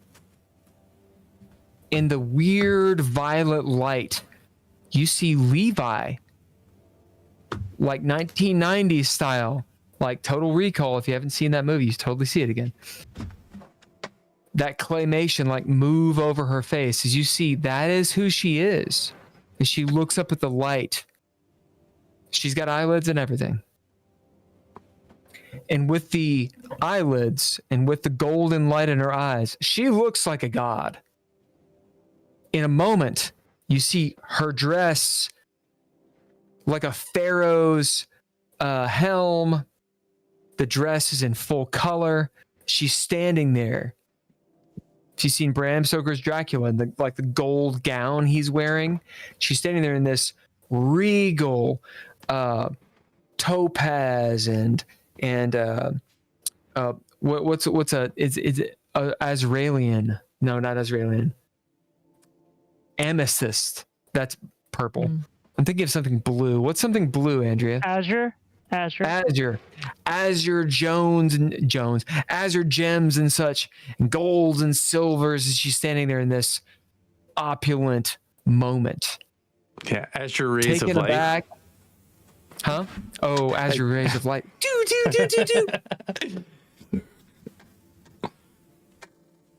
Ibo. Oh, fuck.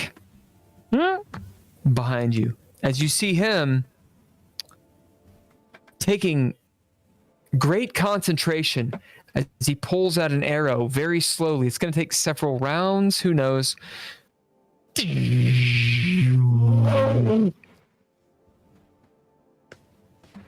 This arrow glowing white, brilliantly, so much that it's hard to look at, like the sun. As he definitely needs time. As Levos, after this moment of reverie on her turn, surveys you all for a moment, steps out as you see what was a figment become reality. She's halfway in the mausoleum, decrepit bone person, halfway out. As her turn is going to end, she says, "Whoever awoken me, I will pay greatly." As you see, her hand appears, dainty nails. Think of Stargate, the movie. She looks like Ra, very Egyptian. Jewels, ding, ding, ding, ding, ding. The jewels quake with magical energy. You will become followers of mine. We will reach across the stars. We will rule once again. You and I. We will take, she points to the heavens. We will take what is ours. The second queen of earth. We will be immortal. We will be great. Come with me. As she delivers this promise, all of you make sanity rolls. Yeah, fine. I knew it. Here's the catch. You don't have to make a sanity roll if you accept it. Player turn. Go. Oh, nice. I'm gonna bid something really quick. This might it's called on your player turn, you can bid it. I'm gonna For it is now your turn. It's called Murmurs at the Door. Dormamir. Yeah. It gives us a few seconds. It gives us a few seconds back. It's kind of like a redo. So okay. So this has got to be on your turn as a player. So you have to go first for them. Right. That's between you guys, and you describe to them what happens. Right. So well, I'll roll my sanity. We have to make a sanity roll, right? Well, let me roll sanity real quick, because I think this only affects me, because this is what I'm bidding. Do it.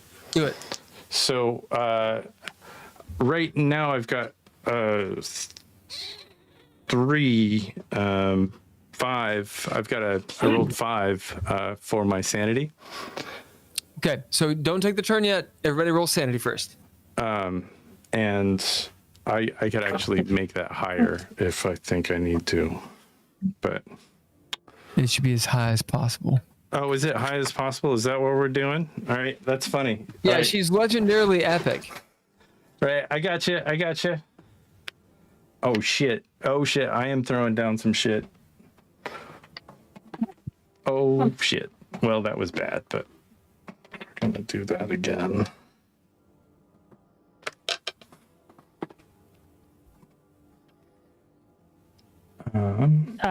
Is 6 successes enough? Well, I mean, Should be as high as possible. are you sure that Thanks. you? Jeez. I feel like I you see should how let it me is. go You're just first, trying to- because if you guys won't have to spend any resources if you let me do the thing I'm trying to do. No, that's his game. He's trying to resource farm us. Yeah, so I mean, I don't recommend spending any resources. I'm gonna. You all know what the threshold does. So Yeah. We do.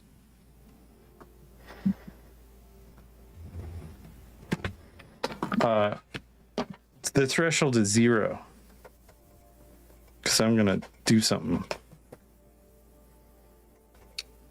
Or I could threshold be is not fucking you. 0. Ken is full of misinformation. That is not true. It should be high as possible. This is a god. It is true. It is. And yes, I'm trying to resource farm you. Of course. I'm up to trying you. to save your resources a little bit. Go ahead and go. I mean, if you can do it, you can do it. But if you can't, then we still have to spend them. Okay, so this is how I'm going to say it then. You all have to decide, and then you take your turns. Meaning, Ken doesn't get to go until you guys have decided what your sanity rolls are. Oh, So okay. do your sanity rolls, and then you get to do what Ken's doing. Players, I've been doing this a long time, motherfuckers. Don't you loophole me? My sanity roll is 10, so there you go. Mine's Really? 8. Yeah, I'm bidding 4 of my abilities. You can only do 2 abilities Damn it! because you're tier 2. Fine.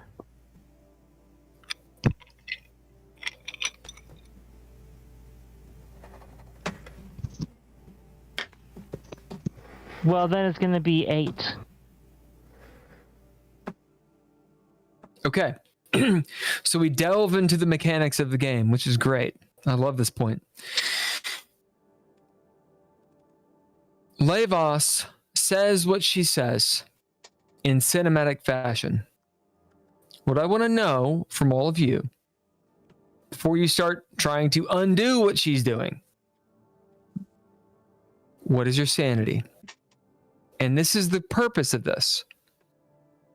I want to know what your character does. Now, mechanically, if you fail the save, something will happen.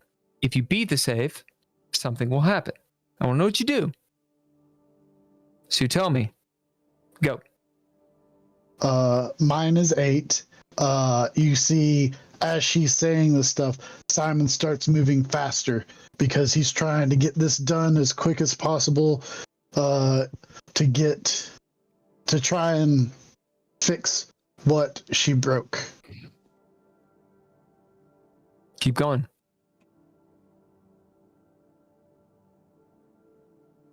So we're switching to the next person? Okay. So mine is 8, and Leah, as she says that, will pull out her crossbow and say to her, well, I don't, I'm assuming that's enough, 8 is enough to pass.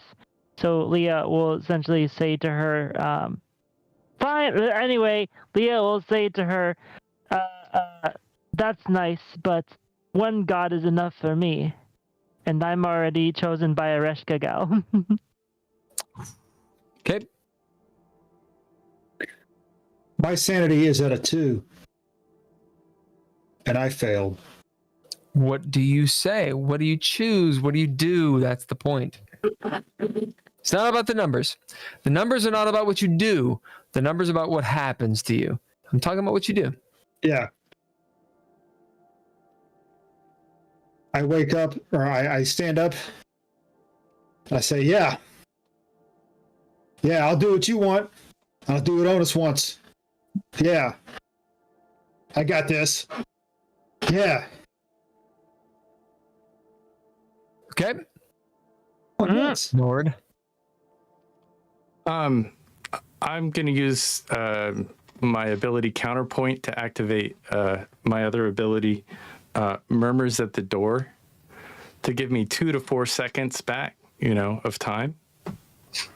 So Before that she is going to be specific. Yes. Okay. Yeah. But I got a shit ton of successes. I got 12 successes. Okay. So that's what you do. As all of you are doing what you're saying, responding to her question, do you follow her or not? Sounds like a bunch of no, and Tony says yes. Rebecca.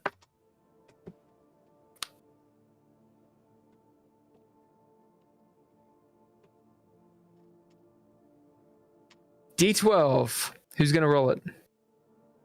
I'll roll it, I guess. Who's calling it? I'll call it, I guess. Do it. High or low? Hi. So why No, not? it was low. Oh, can I spin an expression? No, you don't need to. No. You get upper hand, or she gets upper hand on this. Oh, Do it okay. again. So does he have to call it again? Yep. High, because I'm high. You're right this time. Yep. As Rebecca, holding you, Nord, says, fuck that bitch. Okay. Mariah. Fuck. Mariah doesn't roll. She just rejects it. All right. Nord, as you see time move forward, you see almost like a time lapse of video in front of you, and you realize you cannot affect it. You move backwards in time, or perhaps you're seeing forward in time. You don't know. Mystically, this is prescience. What are your mental stats right now? My mental, Yep.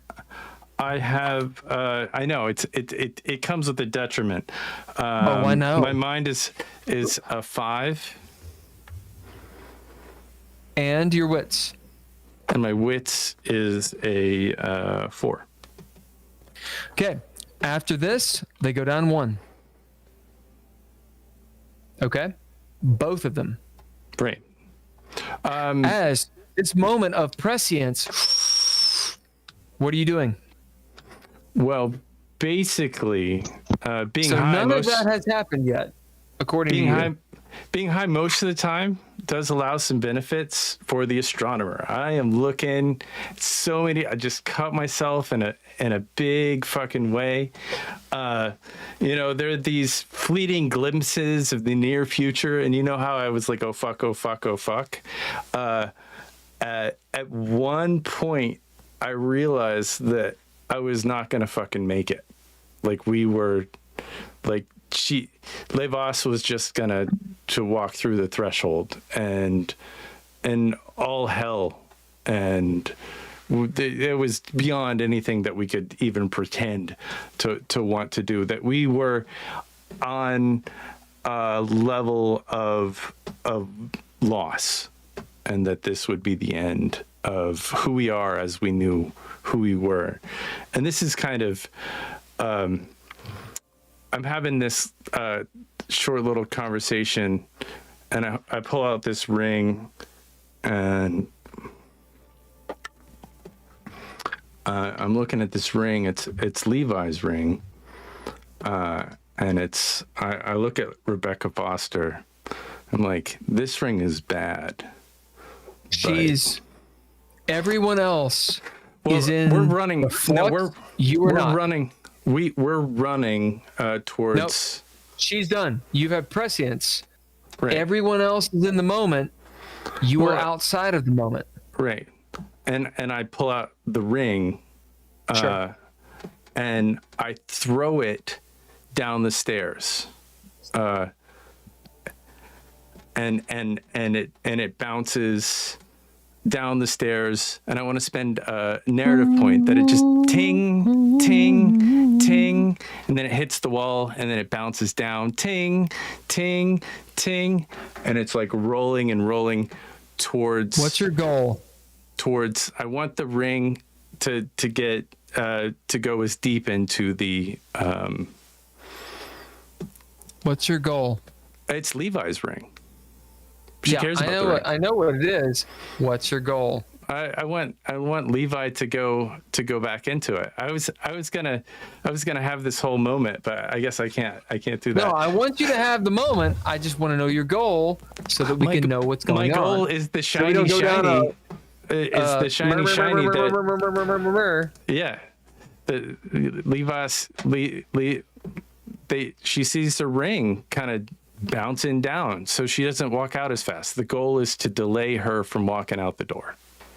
All right, that's the goal. Now describe how it happens.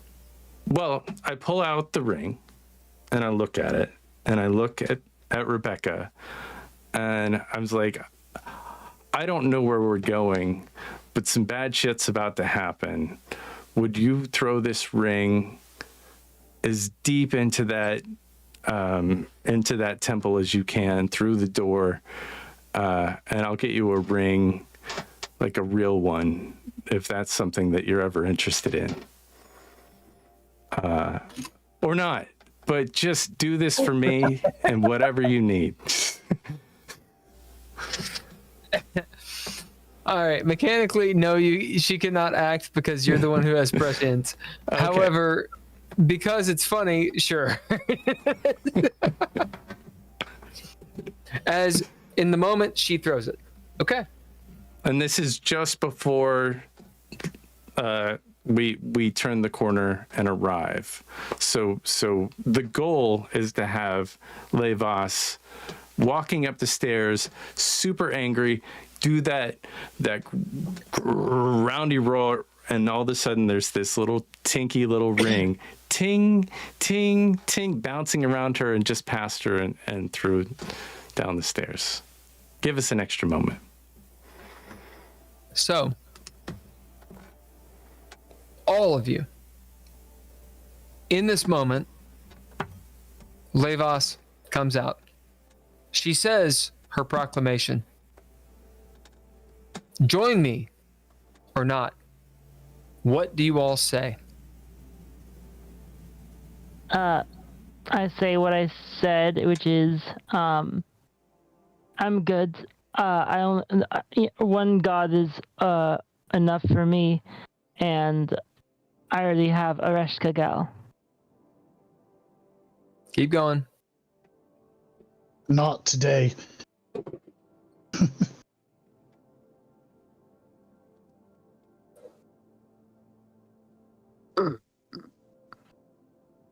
What have I got to lose?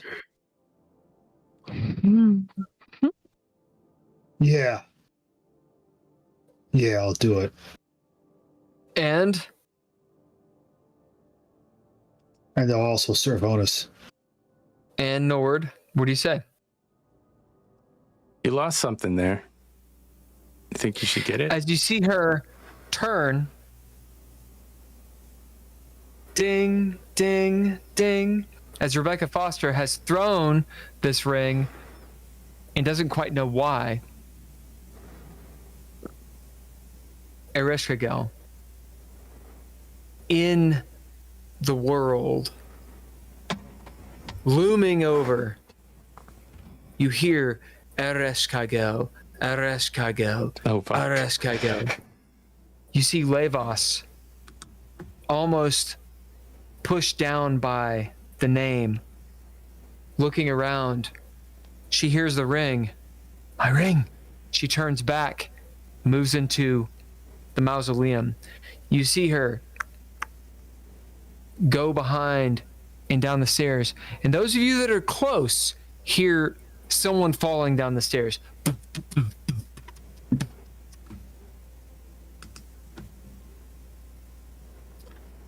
Actions on you all. I am still I'm going to spend cunning. trying to get this Or is done. this player turn? Okay. I have a question for You you are about. out of rounds. Oh, we're not in rounds. All right. Well, I think you've got Simon. I think that you're doing it right. I think let's. I hate saying this, but I think we all cut ourselves and make some runic circles, just like Simon's doing, and I do the same. And we got to shut this door. I don't have any words of power, guys, so we're just kind of winging it. We got to figure out a way to shut the door. Now that she's not there, can we try it manually again? Someone step on that plate I showed you. Leah steps on the plate.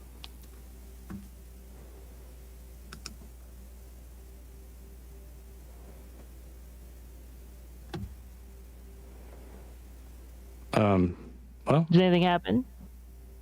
Yeah, it depresses. Well, it's fine. Oh, the door doesn't shut. Indeed. The door shuts. Oh, well, it looks like this is working. it does. Do we still hear the chanting of? Nope. Damn. Ibo, you are close in this area. Is this all? Do we need to continue doing this or what? As he stops with the arrow, he kind of pauses, obviously confused. Well, I don't know what you're doing. It looks like magic to me.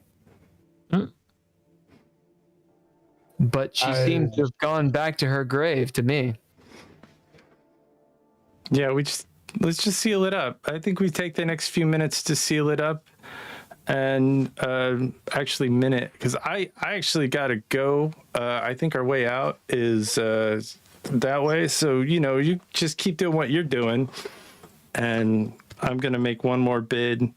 It worked in the past to activate my scroll of runes to get us back in dread for 1 second to put a little seal on the deal. You're definitely in the dread. Yeah, as you make sure that those runes still are active. All right, actions on all of you. Now you're in the montage. What are you all doing? I'm gonna run back to where I was. You get there. And keep the door open. Okay. Do the runes that I'm doing alight at all? Yeah. Oh yeah, with Okay. your blood and everything. Absolutely. Okay. Yep. As it steals up, Oh. well, I guess whatever happened, you're not sure what happened, but it seemed to work. If you cheat on the test, you still pass. Leah, Ryan nods. Good idea.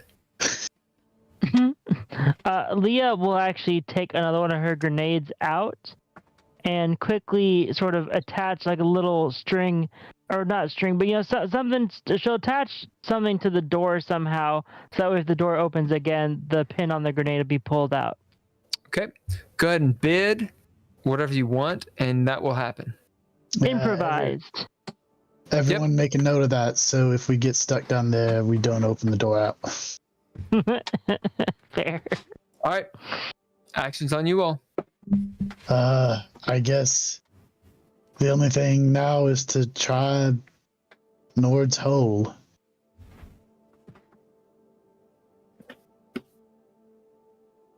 You guys make it back to the hole. Nord is there. Well, that was fun. And first off, not Tony.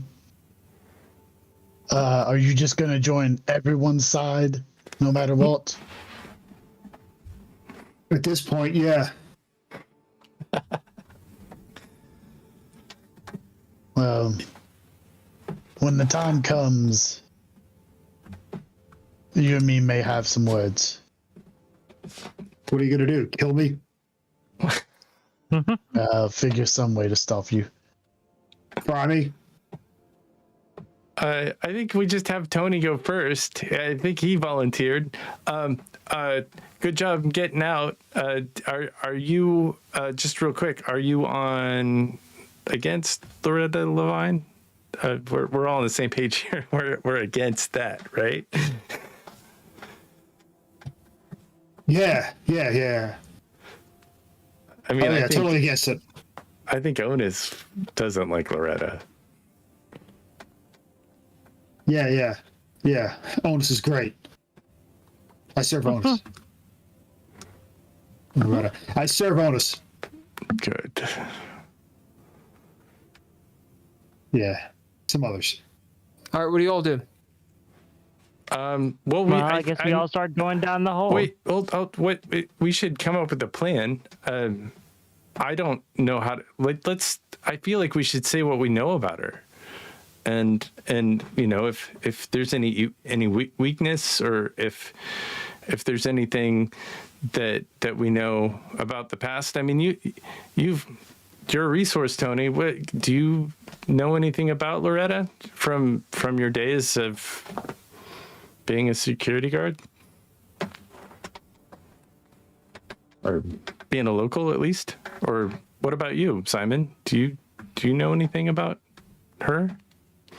I do not. Like I said, this is a field that I did not have any dabblings in.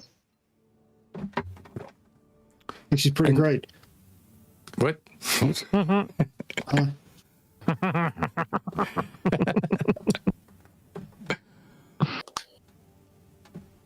Yeah, let's go.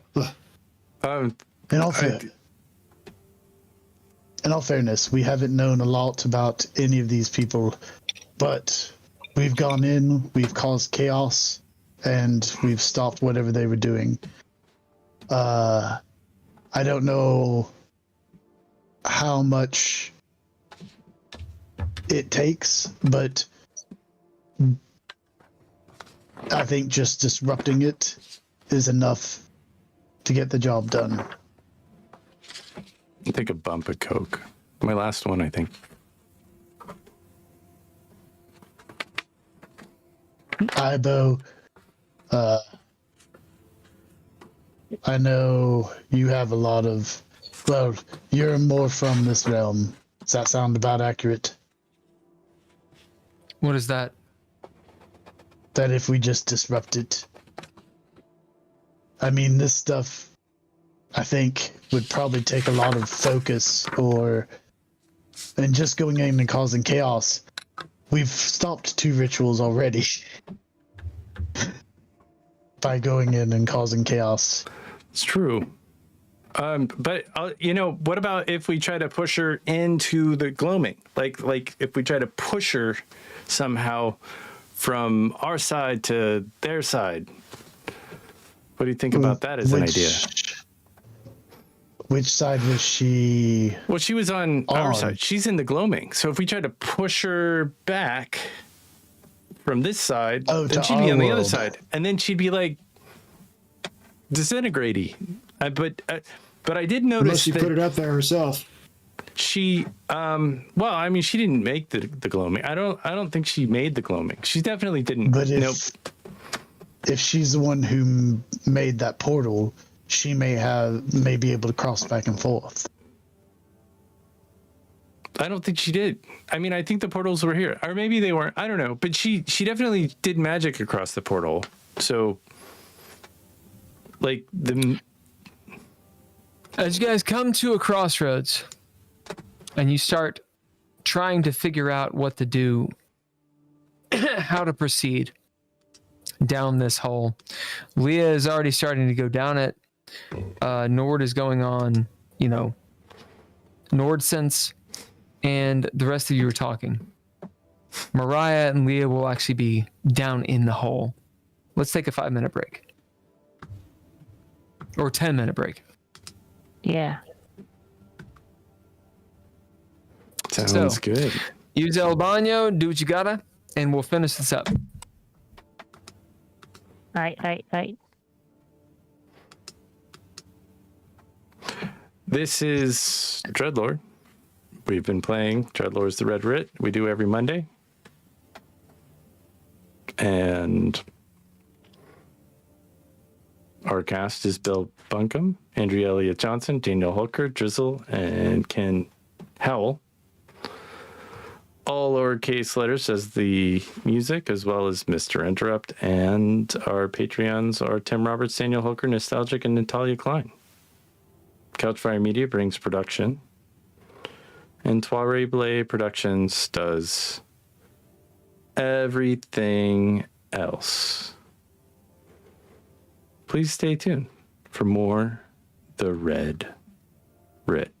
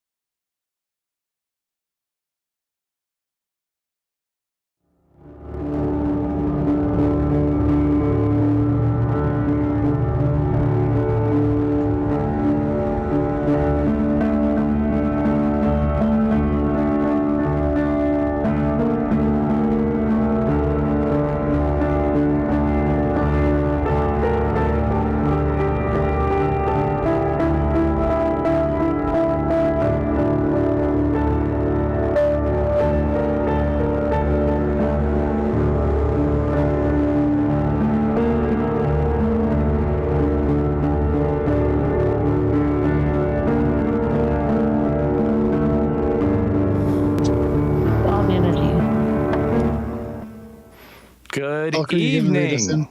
in? Yeah. Do it.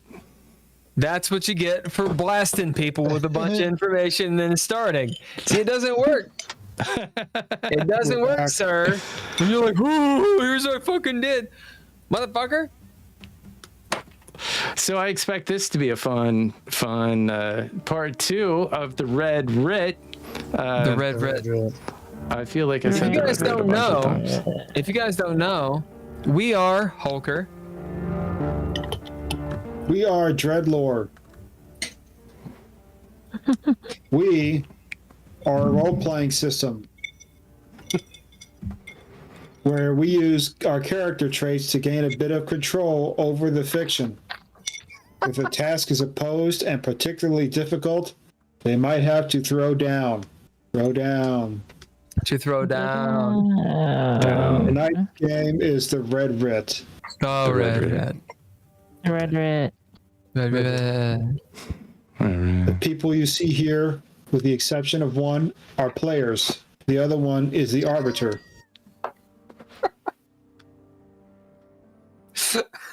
We are sponsored by all lowercase letters and our music is all lowercase letters and Mr. Interrupt. Our sponsor is broccoli. Eat it. I feel like down. our sponsor's bourbon. Thank you so much, Hulker. We have Patreon people. Hey, Patreon people. I need a new Ember mug. Help. Buy me an Ember mug. It's got coffee in it, but it's not hot because the battery is dying. It's too old. I need And a it new one. needs a lid that fits. Hey, listen, you. We're playing the Red Writ. The Red Writ. Red. This is a game we've been playing for a while. As we will start again, this is part 2. You guys have tranced Levas, at least her mummy, her aspect of greatness, throwing one of her prized possessions, a ring, into the mausoleum. Levas has given up her, for a moment, has given up her exodus of the mausoleum, distracted, gone back in, and Leah, stepping on the pressure plate, the mausoleum door closes, and Levas is sealed back in. You all have accomplished the goal for someone. Sealing Levas back into her mausoleum. Who would have wanted that? Onus. As these thoughts may be playing in your mind, or not. Yeah, You find yourself now that you say this, the Reddit would have liked that. You mean thinking about it? Standing outside. Go on. We're all standing outside this hole that That's where you all are. I spent a lot of attributes on. Yep. Oh. You guys are back at this hole, which Nord is really all about keeping open.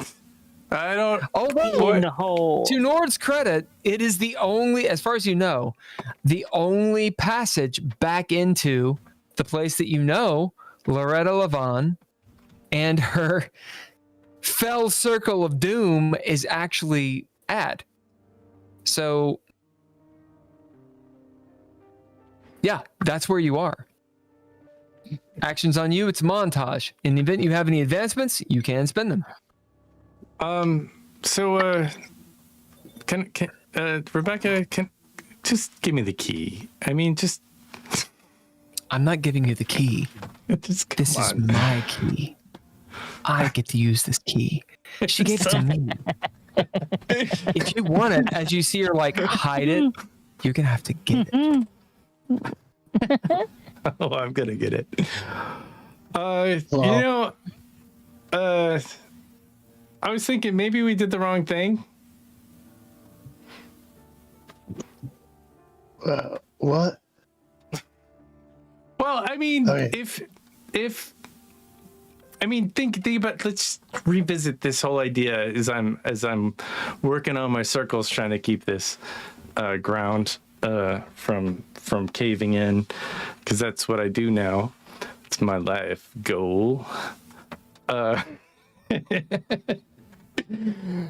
You know how, like, do you think that, like, Levos and Loretta, are they on the same side? Because do you think, In all fairness, if we just stop all of these, stop every ritual, we don't need, doesn't matter whose side they're on, but other people getting power that shouldn't have power, I think that's what we should do.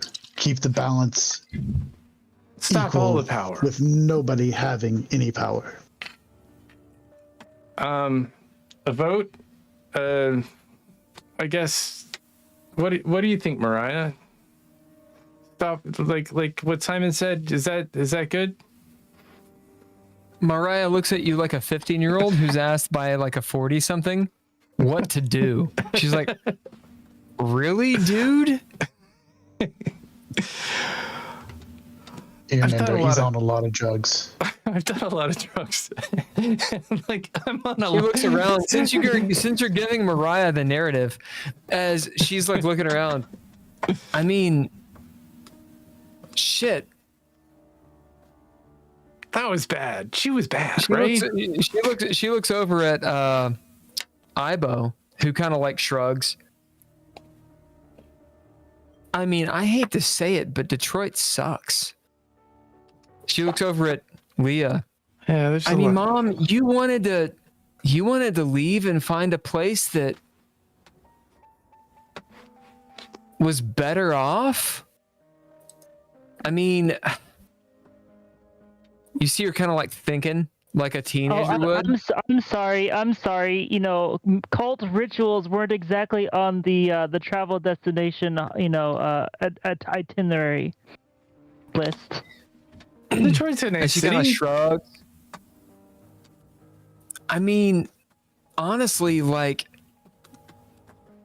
America's fucked. Like, that's what it seems like. I mean, it's, maybe things were better in your all's time in the 60s, in the 70s. But this is the 80s, man. This is the 80s, okay? And it just seems like the way things are going with Reagan and, the Red Scare, man. Are you sure she's not my kid? Out, man? She sounds like my kid. You're doing something right, Leah. I guess. It's just gonna get worse. So why even try? I mean, here we are. Why try? We try to protect people like Gabby and your other friend that I can't remember her name right now. Well, that would have worked had you remembered her name. Yeah. Annabelle, I think is her name. Annabelle. Brute.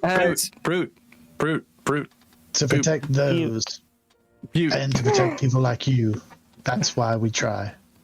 And she turns and says,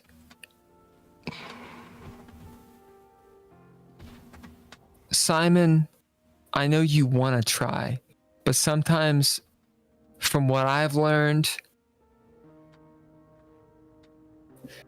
Hey, things are far too gone. I mean, if Loretta Laban or whatever her name is, she like waves her hand at Leah. If she wants to do rituals and powers and everybody's all about it, who cares? Let's just leave. Well, we We can't can leave. No, we can't. As you see Ibo kind of look over and you see him smoking his pipe. He's watching what happens with you all. We can't. We Leah can't. kind of crosses her arms and says, "Leave and go where exactly?" We can't leave if they summon like a Leviathan. I mean that we can't kill a Leviathan. That would just eat up all. It's like Godzilla. You remember Godzilla? I'm going to be honest. Being dead's pretty nice. Mhm. Yeah. Mariah Not does everybody not gets seem to to be have dead. any Some answers people for you stay all. dead when they die. Go ahead. said it. We need to protect the people. And I know I don't want you down in harm's way. But yeah, if this is what it takes and maybe I don't make it back, I'm going to Right. do it.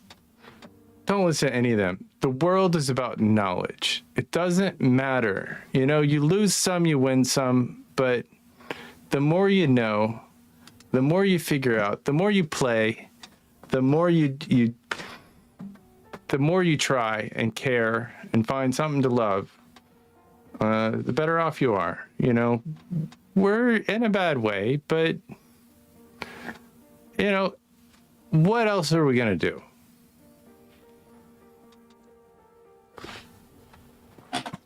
As you all sit there talking to Mariah, her obviously having that youthful angst, seeing the futility of the immediate, you all feeling, I can't tell you how you feel, but I can tell you how it feels to be old. You realize all the bullshit and the angst that you feel then reflected on the youth who don't have that experience. There is actually a reason to give a shit. There is a reason that you get mad. There is a reason that you still keep going. There's a reason you still rage against the night. Because when it comes down to it, you all have the experience. You all actually do care. You got something to fight for. So, you're standing above this crevasse. This is between you all. You got Mariah there. You've got Ibo who's watching. It is obvious that he has been through this many times. It's obvious that Ibo, he's not judging you per se. It's more he's waiting to see what does this group do. This is not his first rodeo, it's obvious. So he's on your side depending on what you do. If you go for it, he's going to go with you. That's obvious. Rebecca, stalking around. She's kind of a non-answer. She's ready to go wherever Nord goes, unless Nord does something absolutely ridiculous.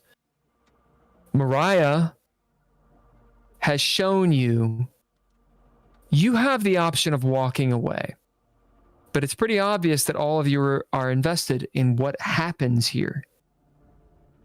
You've sacrificed too much to just walk away. Yeah. You actually do care. So, actions on you all. What are you all doing? Leah marches straight up to Mariah and gets like right down in her face, and actually she'll grab the collar of her shirt and pull her towards her. And at that point, you see Simon tense up some because he knows you're not Leah. Give her a spanking. She deserves it. Fair enough. Leah sort of yanks her and gets in her face and says, "Mariah, sometimes you have to fight for your rights to party." She'll actually get like a smirk on her face and and shove her back a little bit. No, It's obvious she doesn't get the joke because she's too young. That's fair. That's good advice, Leah. And Let's go party. Yeah. Let's I'm do in. it. I'll hold And this as Leah long as I starts, can. Going. And I'll look at And Leah Rebecca starts and going down the hole. I'll look at All right, Rebecca and Leah it's goes like, down the hole. we'll follow you up the rear, and give us a shout, I guess, when you're there. Rebecca drops in after Leah. Oh, Rebecca. Wait, wait. All right. Mariah, do you want to go with us? She's considering. I think you should, but stay behind me. You see for the first time, Simon, doubt in her eyes as she eyes you and Ibo. Ibo has said something that's garnered her attention. She kind of nods at you. Yeah, I'll follow along. Stay back and try not to get hurt. I will do my best to watch over you. And I will start to head down the hole as long as she's following after. Are you going head first? I would go feet first. Because Feet first? down hole, yeah. Sure. Yeah. So it's kind of more sliding down the hole. Sure. So Leah is in front. Rebecca is after, unless you all are bidding her not to, or bidding for her not to. 5, 4, 3, 2. Okay. Rebecca is down. Simon is after. Simon, you kind of stop waiting on Mariah as she says, "Go on, I'll follow up." Okay. I just go slow and try and... As you're going down the hole, Leah. Be careful. It's really steep. Leah, are you feet first or head first? Oh, feet first. Feet first. Rebecca's head first. And she's like, "Come on, go on." Like just egging you on like a driver, like right on your ass. You probably need some light. I can see everything. All right.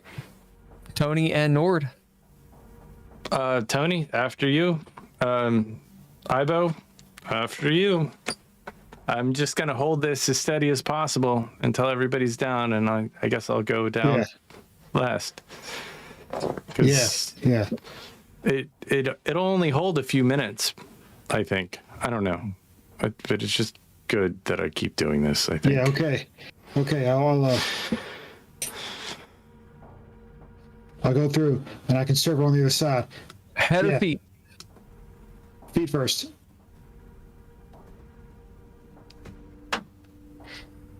This is a scene that really it would have benefited from having Punksicle here. So I have to do my best. Caveat. Nord, as everyone's gone, but you and Ibo.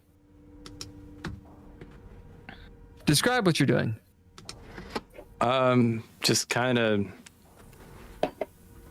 carving some runes. I'm not listening to like fast-paced disco, but definitely a little music in my brain. Maybe some serenade, kind of like an old love song is, but so it's sort of longer, deliberate strokes. And I did a bump, and so I'm kind of in it, but and I look at him. What's going on, man? Standing there, hanging out as he does. Crow's going. You see his eyes just black like crows. He's staring at you, looks down at the hole, looks back up. I assume you want me to go first. Oh, well, I'm just keeping the structure, like there was a bomb that went off, and there was a fissure, and it's really loose dirt. I think it's shale, so it's super sandy. So if I keep doing this, it's gonna keep. You see him like looking at you the as you're ground talking. You can tell he's not really listening to what you're saying. Caving in. But if you're worried about getting back in the gloaming, we have 2 keys. So we can get out and maybe send you somewhere as well. You don't have to come with us. Time. What are you talking about? Every so often you all come through here.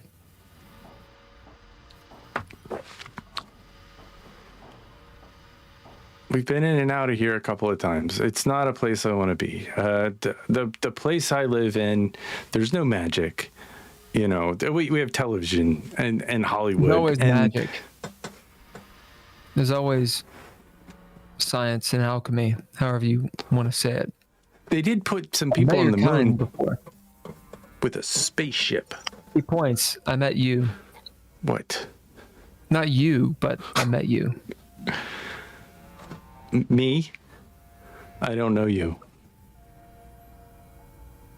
You're right. But I know who you are.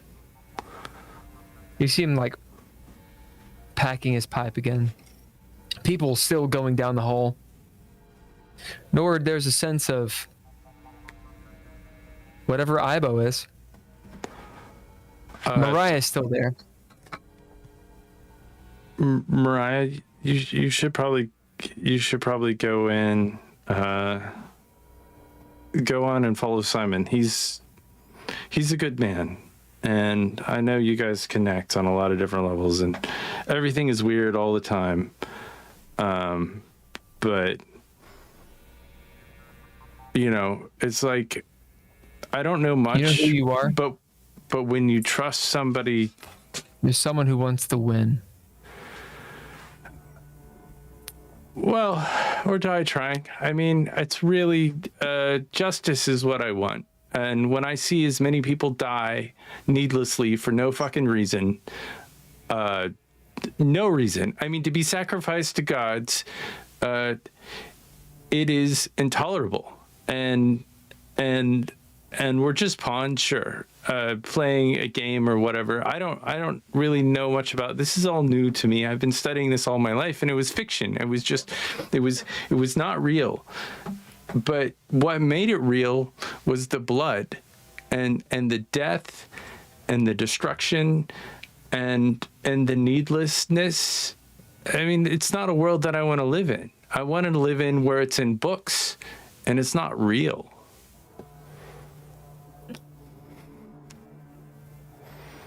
You see Ibo just staring at you. Mariah, too. She's not moving.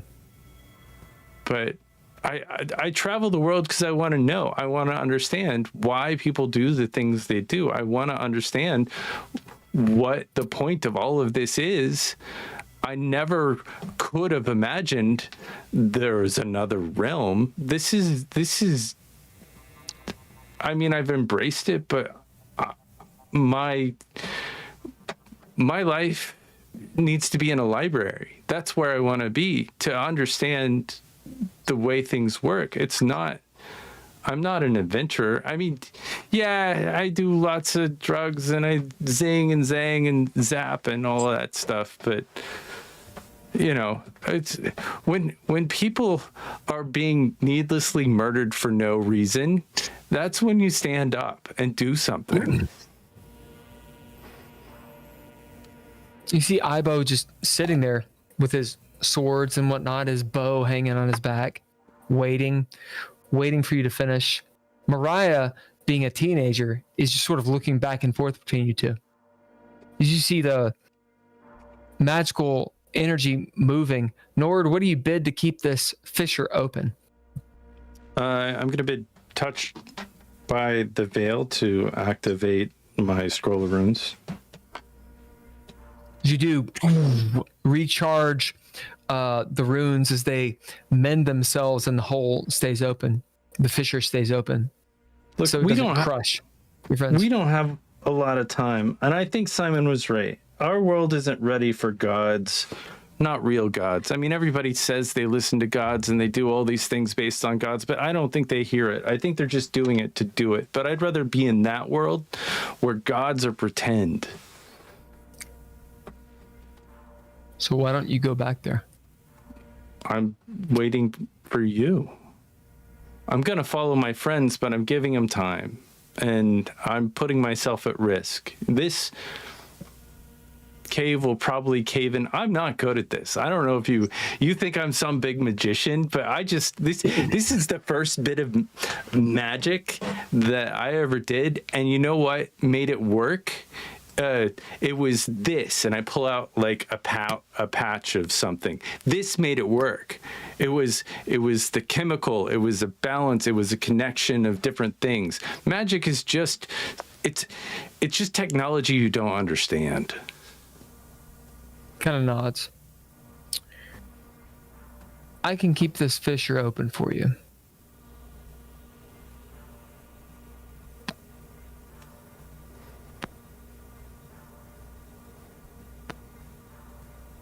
Okay. Go on. Well, thank you. Mariah, we need to go with our friends.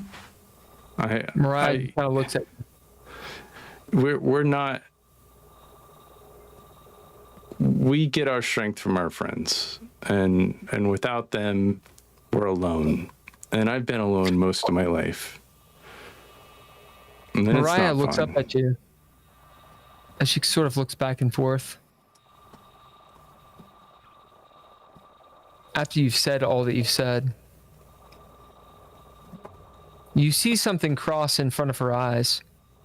As she looks down at the fissure, you can tell, Nord, she's thinking of her mom. And there's a darkness that crosses her eyes as she realizes that her mom's not her mom anymore. Her mom told her that. As she thinks of Simon, and you see her to kind of take a step forward and stop as she looks up at you. Nord, I don't think you're right. I think you're afraid. I'm not afraid. I want to see. She looks directly up at the violet sky. I want to see what's I'm out gonna there. big counterpoint. Okay. Mariah, don't look up there. That is not good. How do you stop her? I take my hat and I like put it over her eyes. You do? Mariah, yeah, we don't look up there. She kind of struggles against it, but you're right. You get it. I want to see as she sort of does this. You notice Ibo doesn't do anything at all. We don't look up there. Your mom might be gone. That's true. Your dad is gone. Everything you knew is gone. But I know somebody who loves you and who will never leave you. And that's Simon. And he'll be there. I don't want to be scared of everything, Nord. You won't be. Everything is going to calm down after this. This is the pinnacle. This is the moment we've all been kind of moving towards for the last it seems like a year, maybe a year and a half, but it's only been 3-4 days. You don't want... All right. Go on. Yeah. When Okay. you have... Yeah. So, vote. Tony, Simon, Leah. There's 3 of you. So there cannot be an equal vote. What does Mariah do? Does she go in the hole or does she stay out? Does Nord's, does what he says hit with her or does she go away from him? It's up to you guys. Go. She I'm gonna goes say in the hole. this. Yeah. Yep. Hole. All right. As Tony, what do you vote for? I would have voted she went into the hole. All right. Unanimous. As Nord, how do you convince Mariah? You say what you do, but what seals the deal? I don't know. I don't know the Leia. future. But, you know, whatever's left of your mom is there. And I know you need a last word with her. You can't leave things left unsaid.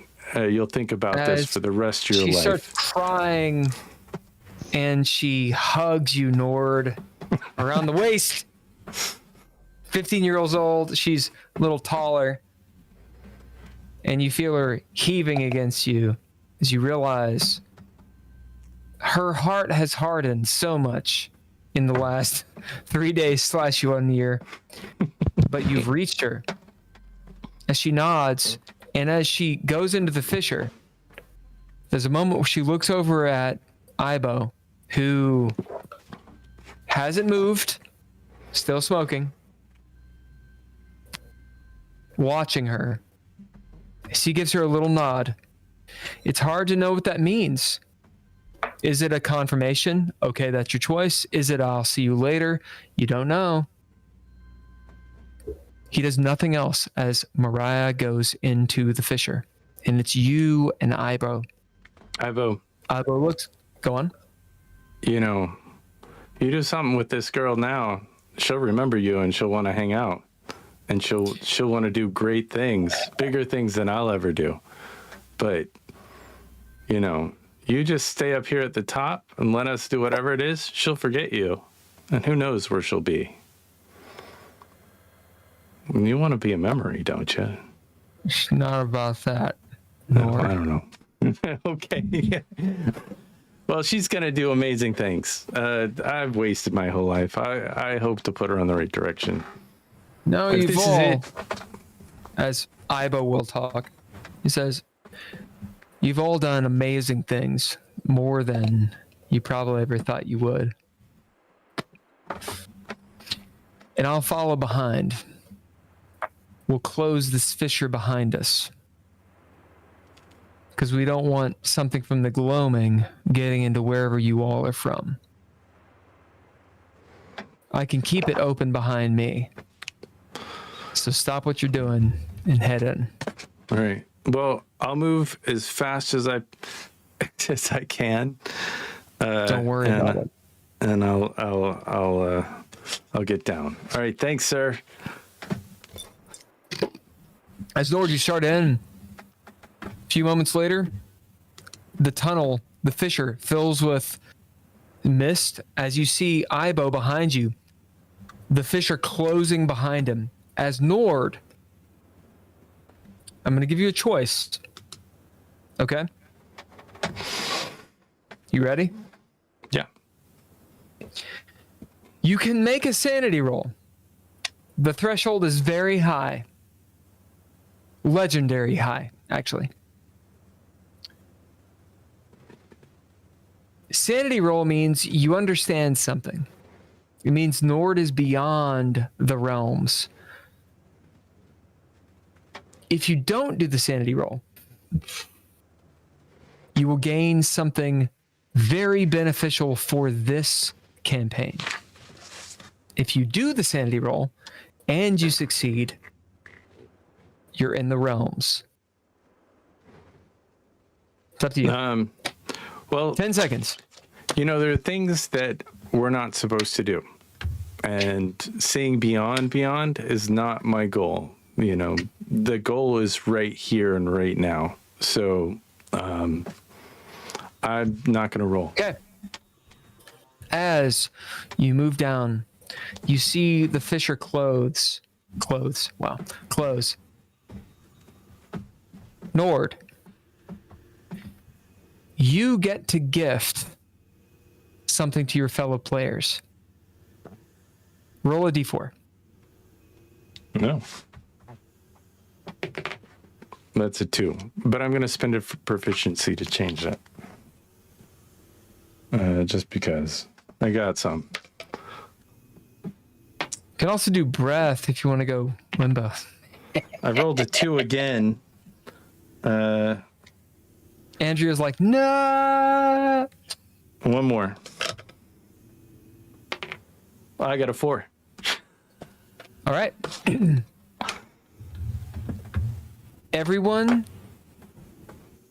gains 1 aspect point. However, Nord, you designate without conversation who gets what. It's easy. Tony gets all of it. Or not Tony. No, Simon you gets get all one, of it. one. 1. Oh, 1. We all get something. Yeah. Yep. Well, dang. So you don't get to choose your own stealth. Everyone else.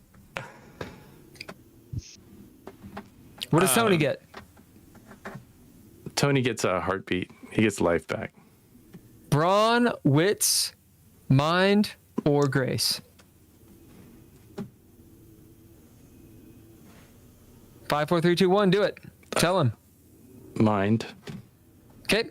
Get +1 to mind. All right. What about Simon? He gets 1 to brawn. Okay. Leah. 1 to grace. All right.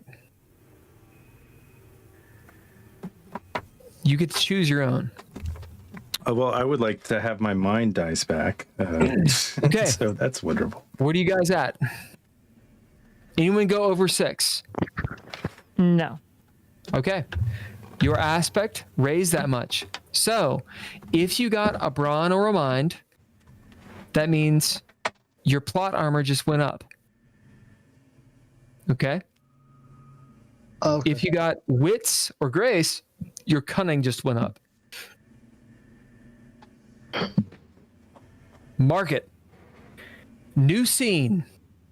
Whoa. As you guys move down.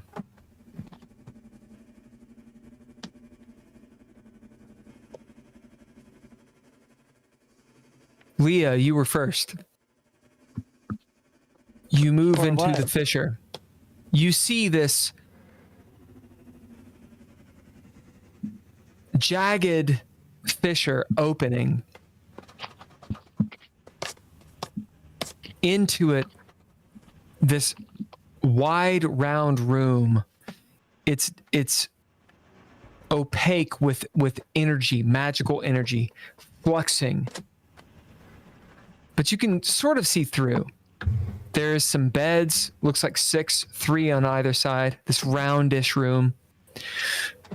Runic circles, billowing energy from the ground, just fluxing, whoop, whoop, whoop, as something has happened in here. Figures, you can see some shadows. You can see in the middle of the room, Loretta Lervan, in her acolyte robes, covered in energy. You know that directly going toward her, you'll go through the tidal wave of energy. So there's the 6 beds. There's the runic circles on the floor. Something are on the beds. Beyond that is a door. That all rhymed. What are you doing? Is she looking our way at all? No. Leah will get down low and try and get behind, something between her and Loretta. What do you bid? Masad. You go left or right? Leah will go right. As you go right around the room, you get behind the second bed. You can see that the hand leaning over, it's skeletal, as the flesh and ethos that's on it is being supped up, gone. Behind you is who? Rebecca. That was Rebecca is right behind you. What the fuck? You hear her say. Leah will turn and sort of, do a swipey motion at her neck and tell her to come over, like hand gesture her to come over. She does. To her. Rebecca comes up to you. She says, the room feels alive. It's red and orange, just energy moving up. Whoop, whoop, whoop. The seals on the ground are obviously active. As Rebecca, for the first time, you see her concerned as she looks at you and she says, all right, something's happening here. Yeah, no shit. What's the plan? The plan is to wait till everyone gets here. We're going to have a single shot at this, because if we don't kill her in the first go, I don't think we're going to have a chance. You see Rebecca sort of like sensing. She looks back at you. I can't quite tell, but she seems like she knows where we are. Maybe. But either way, you and I aren't going to be able to stop her alone. As you see her turn, there's something else. As you can't see because you're hidden. Okay. Behind Rebecca, who? It was me. So Simon comes up out of the hole and he steps to the side, hunkers down, and waits. Left or right? He steps to the left. Okay. Just to the, literally just to the left of the hole, and waits for Mariah. Behind one of the beds? No, he scoots over. If she's not looking this way, he's crouched down, but he's not right behind a bed. He's trying to stay out of line of sight, but... Okay, so you are in line of sight unless you're behind a bed. Okay, then he'll go up to the bed. Sorry. Well, no, that's a good point, because Nord went to the back left. So in this scheme of things, you're actually here. So yeah, you guys will arrive right behind a bed. That's a good point. Okay. Right. You wait. After Simon, Tony. It's Tony. You pop out, you see Simon. As I described it, go. Between you two. I made it. Shh. What's going on? We've got to stop this, but let's get everybody in first. Who's that? That's Loretta. Oh, really? Yeah? Yeah. Be quiet. Get out of the doorway so the others can get in. Oh. If Yeah, you want okay. to reload, you should reload. Yeah, I'll reload. You should probably reload. My, Go ahead and bid to reload if you're loaded up. my Do I blood. need to reload? Wait, hold on. Do I need to reload my third crossbow? Yeah. Okay. I didn't know really how it worked, but Afterwards, right. Tony, you pop out. You see what you do. You start reloading if you bid. No. You're coming down behind Mariah. Mariah pops out. You see Simon and Tony, tears, Leah as well. Maybe some regret as she looks up at you guys. She doesn't have the words to say the fact that she was going to abandon you. I just put my hand out for her. You can bid or throw down to know that. It's up to you. Decide now. 3, I'll bid. 2. Okay. Yeah, I'll bid. What do you bid? Know the truth. I'll bid my wits. Okay, your wits, you got to throw down. Sorry, great. You cannot Sorry, bid I now. meant to throw down. Yeah, sorry, that's what I meant. Okay, go ahead and throw down. I'm just bidding observant. Okay, Leah, it's bid or throw down, so you just need 1 success. Okay, well, it was 3 successes. Oh, you have a narrative point. Cool. So when you see her and you realize she was absolutely willing to leave you because of what you are, narrative on you. Go. Leah will. And kind for of some look away. reason, she came down here, because of either Ibo or Nord. Yeah.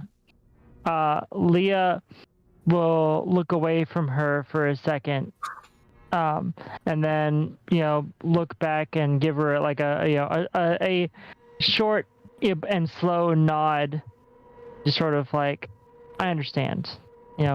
It's we she'll like there'll be kind of and it's hard to explain, like a look in her eyes, like we'll talk about this later kind of thing, but like she understands why Mariah feels weird about it. Okay, because there may not be a later.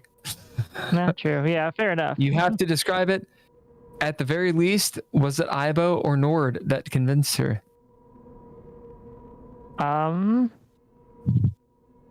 I'd say it was probably mostly Nord, because it seems like Ibo didn't, Oh wait, are you asking like what Leah thinks? Leah. Oh yeah, Leah knows that Ibo wouldn't have enough of a relationship with her to convince her of much of anything. As you see Leah, Nord coming through, and you and Nord share a glance. What is that, you two? You'll just see Leah mouth the words "thank you." As you're coming through. Empathy.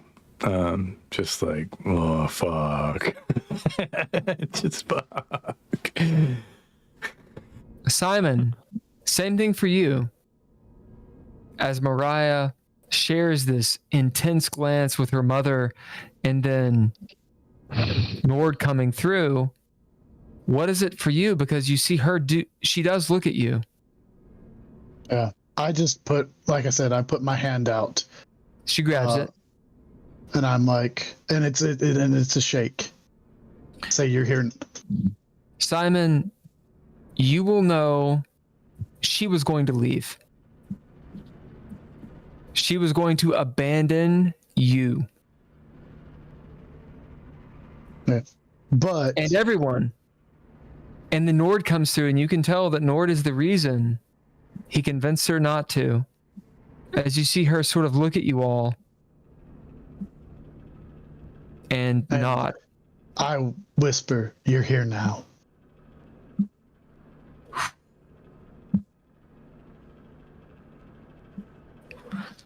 I love role-playing games.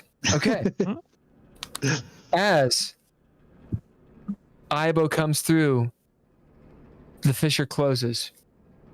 And you hear Loretta Levon. She knows you're here, right? Now, I remember you guys have a dread point. I'm not saying you should use it right now. But She is the BBEG. I will say, once I say these things, they cannot be undone. So, these things are going to be said now. Do we want to use the BBE or the dread point against the BBEG? You can wait. You can wait. It doesn't get worse.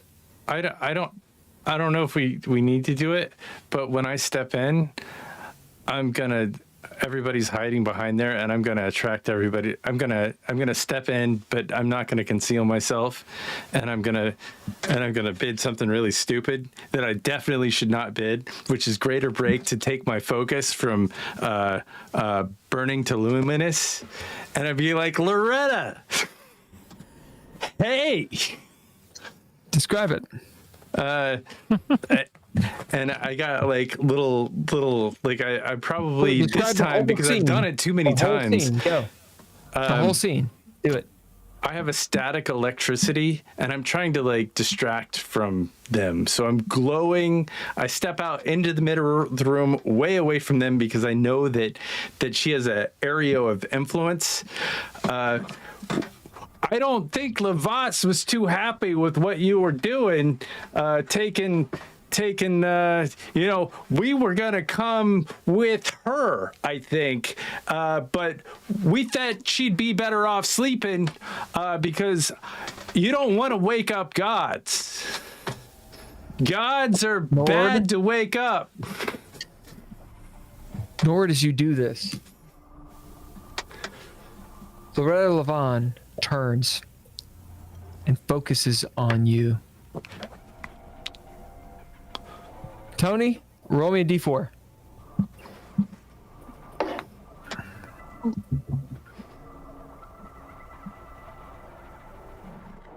Three.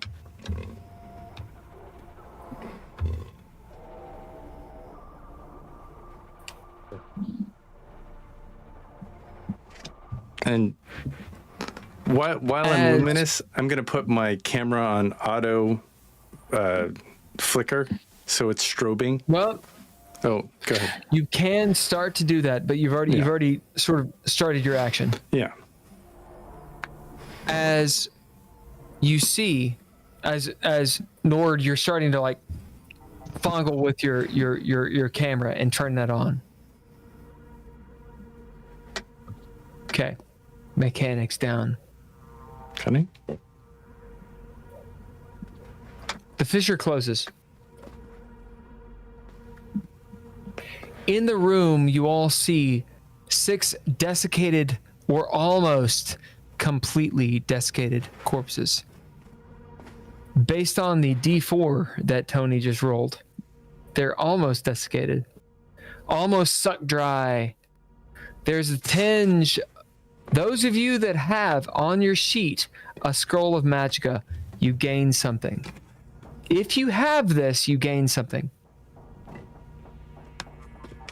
You gain a flaw. Blood sense.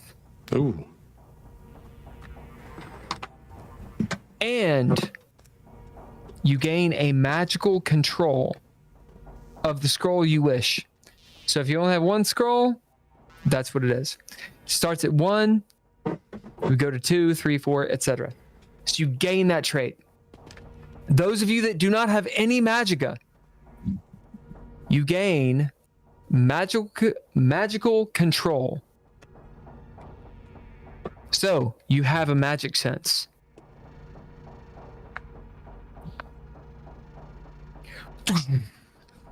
You are standing on seals of binding. They're pulsing. You can feel them like a rave, like in your sternum. You can feel your organs. This is uncomfortable, even for golems or saints. As the energy pulses through you, Loretta Levon turns. You can tell she is almost at apotheosis. Nord. She's becoming a god. That's her goal. She's not yet there because Tony rolled a 3 and not a 5 on a D4. But she's fucking close. As she burns at you and radiates, be mine. As she sucks Can we spin all cunning the yet? luminescence from. I'm sorry. Can we spin cunning? Oh yeah. All right. Oh, I would I like guess to I'll spend cunning. Yeah. Yep. I would like to spin cunning. And I will also spend. I'm also going to be spending the cunning for Rebecca as well. Good. So Rebecca is active on this cunning round. Is everybody cool with bidding Rebecca? Yeah. Yep. Yep. So that's her second. Is anyone bidding Ibo? Yeah. I'll I'll bid spin Ibo. We cunning probably for should. Ibo. Yeah. You don't. Okay. Cool. So Ibo is going. Cool. You've got Ibo. You've got Rebecca. Anyone doing Mariah for cunning? Mm-mm. Okay. No, I'm keeping her So behind me though. you all tell me what's up. I'm right. gonna. You see So- Loretta Levon pulling forth the luminescence. I'm gonna. Here's the bid- thing, Nord. Yep. She is siphoning it off. You can't help it. She's fine. drinking it. You can't help it. She's drinking your power as you realize you're standing in the seals of binding. 6 of them. What's the threshold? 10. Fuck. She's sucking that shit. Yeah. I'm gonna bid. Just gaining strength from that shit. Okay. I'm gonna. go. I'm gonna spend a breath, and I'm gonna bid Scroll of Death Milk to perceive the souls of all 6 people in this room, and have some control over their consciousness and All right. This is big medicine. yeah, yeah, it is. That's big medicine. Well, you just gave me a gross power over this instead of a humble. So I mean, I want you to think about it, what you want out of this. So Yeah. we'll deal with everyone else. Think about it. yeah. Go. So Leah hands 2 grenades to Rebecca and says, "How's your? Have you ever pitched a softball before? What'd you say? Have you ever pitched a softball before?" I pitch hardball, bitch. As you see her like grab it like this and fucking launch one. No, Leah will grab it like she's. You see Loretta like, just get hit with a grenade. It doesn't blow up. As she sees Rebecca kind of wind up, she'll grab her arm. "No, I need you to pitch this. Pull the pin and pitch it at her feet." Oh. Okay. And as I see Rebecca start to pitch one, Leah, as soon as I see it leave her hands, Leah will stand up and point her last rune round at Loretta's heart. What do you bid and throw down? I bid precise. Okay. Throw down. Okay. Okay. Tell me in a minute. The rest Yes. of you. Nord, remember, think about all these souls. Yeah. You A have called shot. some A called shot's an extra D6. chaos die, yes. Yeah. If it rolls a 1, it fails. Yes. All of it. Yes. The closest. So, are the runes? Are the things that the bodies are on? Are they inside where the runes are, or are they like on the edge of the runes? They're inside it. It's pretty. Are you bidding? Well, I'm going to bid power through, because what I want to try to pull one of the bodies off the thing outside the circle. Okay. So, Simon, describe what you're doing as you power through and what you want to accomplish. Okay, so I get up to, I've got Mariah behind me, and I'm like, "Be careful." And I go up to the pedestal where like the closest body is, and noticing that it's desiccated and the field, I try to reach through real quick, grab it, and jerk it off towards me, to basically cut her off from it. Okay. Simon, as you realize, the desiccated corpses of the 6, they're not fully done being sucked dry. They're not quite sucked off. You can pull one off if you want. Okay, here's the thing. Pros, you will diminish her. Cons, you will take a backlash of damage. Okay, I'm going to. That's what I'm going to do. That's Roll a my d4. action. Okay. Okay. This is going to be made with detriment. So you roll both. You take the worst, which means the highest. Okay. Crap. Quit hitting the other die. They were both 3s, so I take Okay. 3 damage. So no, you don't take 3 damage. Oh, they were. So you got a both 3. You are taking 3 wounds. Now here's what happens. She drains all of your Okay. plot armor and gives you 3 wounds. Divvy it up however you want.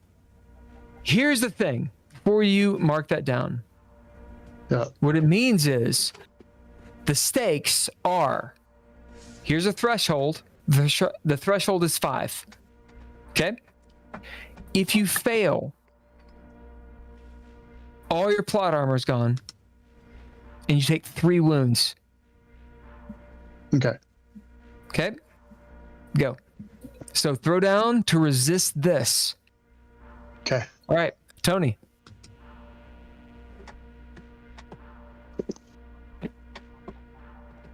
I stand there and I gaze upon my master in awe. This is not your master. This is Loretta Lervan.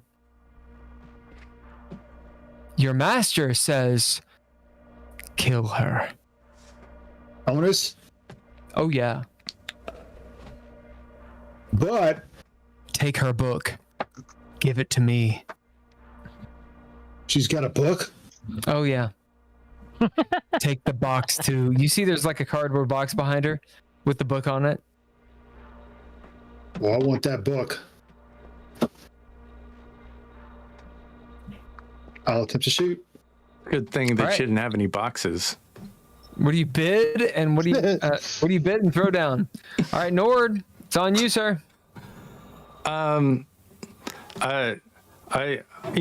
brazen as I am, I'm, standing perfectly still. Like, the runes are on me, and I'm almost levitating because, I've raised my level so many times, and Levas knows. And I'm not praying to Levas. I'm just saying that the gods know that I don't want their power. Like it is time and time again that it doesn't happen.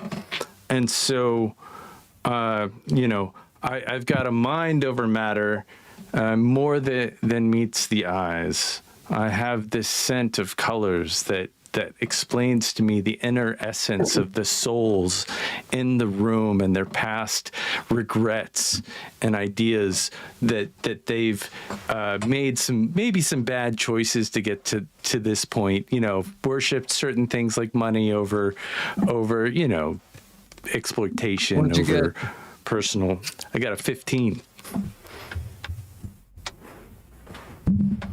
And my intent is to bring these souls back from Levas to the bodies, to suck. You got a 15. To suck them back. Cool. Loretta Levon sends her energy at you, Nord, as you repel it handily with the gloaming staff. Yeah. All her energy warps around it, whoop, whoop, whoop, whoop, as it, like cotton candy, whips around it, you see her like gasp as you see her essence start getting caught up in it with a 15. You get a narrative point. As several of the people, sacrificial people, that are already dead, way too much time has passed. They're dead. Their energy up into your staff. As you have it, behind you, Nord, you see Ibo turn and look at you.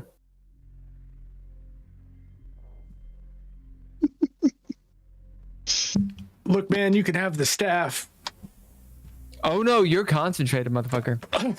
Oh fuck! This didn't happen in time. You can't look over your shoulder. Yeah, no, you're right. concentrated You're exactly on right. this fucking shit. You got 600 fucking souls sucked up into this staff. I have 100. I have a lot of people in my staff. I got a lot of You minds don't happening. notice Ibo. I don't You notice don't notice anybody. him. You were exactly Do you right. notice him? How do you notice him? I don't. You're right. I don't notice fucking anything. You know where I am? I have a feeling you're Everything paying is attention to white. Levon. I don't even notice Sucking up energy. You know, I think with a role like that, I'm sitting at a table. Everything is white. You know, the lady, the veil, and I are having tea. You know, we're sitting at this table. There's like a little flower. The table is painted in white. It's a metal table. It's really heavy. I like knock into it, and I'm surprised that it doesn't move around. The chair is really heavy. Like everything is really heavy, and it's the best tea I've ever had. Like seriously, Okay. the tea of souls. I love it. Tea of Souls. Bad guy turn. Wait. I still have to. Do we still have to do our finish our rolls? Do it. Okay, because I got 5 successes to hit. Oh, you hit. I got That's a 6. limbo. 5 is the threshold. Okay, I can add in also Mantle of the Chosen. Okay. You hit. And that will be Threshold 5. So if you get 5 or more, if you get 6, clean success, roll damage. 5 is half damage. Tell me what it is. It is. This is for you and Simon. I got 6. Okay. So that's So damage plus 1. I got if you're I got a total of attacking. 6 also. I got 6 damage as well. Okay. Simon, yes. I was pulling the body off. Yeah. So Pulling the body off. Okay. yeah. As you're like, get that body off. Yeah. Roll damage. What would I roll damage on that? I'm talking Leah. Oh, Oh, I got 6 damage. Oh, 6 damage.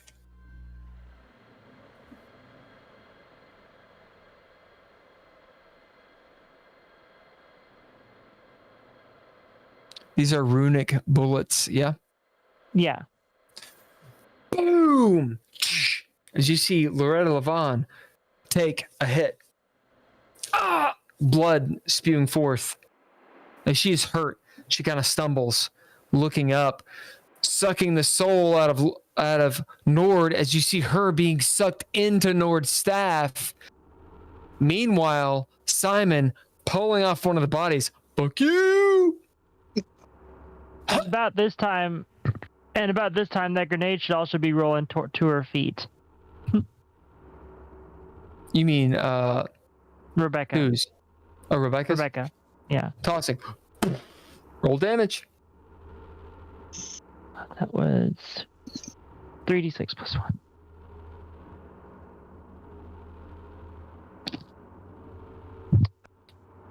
1. So that is a total of 10 damage. No, 11 damage. Sorry. As you see her splintering, it doesn't deal much because it's mundane damage.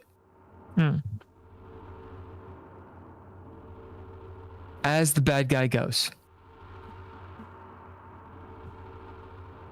A torrent within the room. Nord's staff sucking the energy. A gaping hole where Simon has pulled one of the bodies. Ibo pulling an arrow.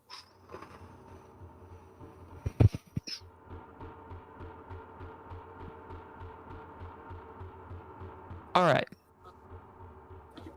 This is the moment in the game. How much time do we have? Like, how much longer can we play? I probably should end fairly soon. And this is a very good moment. As Ibo is pulling this brilliant arrow, and we stop. As the bad guy is about to go, Loretta Levon is casting runes. Something is happening. And this is where we end. Big fuck all medicine.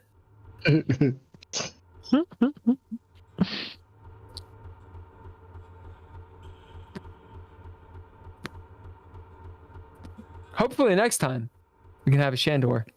That'd be really That'd good. be pretty cool. So, this is where we end. Hell yeah. Who wants to lead us out? I will. Do it. This has been the Red Writ. The red red. Right. The red. The cast: Ken Howl, Drizzle, Andrea Elliott-Johnson, myself, Daniel Halker, and the Arbiter, Bill Bunkum, who just stepped away from the screen. He's out. Thanks, music, all lowercase letters, and Mr. Interrupt. Thank you to our Patreon peeps, Nostalgic, Natalia Cline, Tim Roberts, and Daniel Halker. Daniel Halker. Thanks, Couchfire Media for media production. Thanks, Terrible, for all that you do. Thank you, Broccoli. Eat it. And I think that about does it. Cool That does beans. it. See you next Well, we time. will see you next time, people. Thanks, Red, red. everyone. Cool. Bye. The red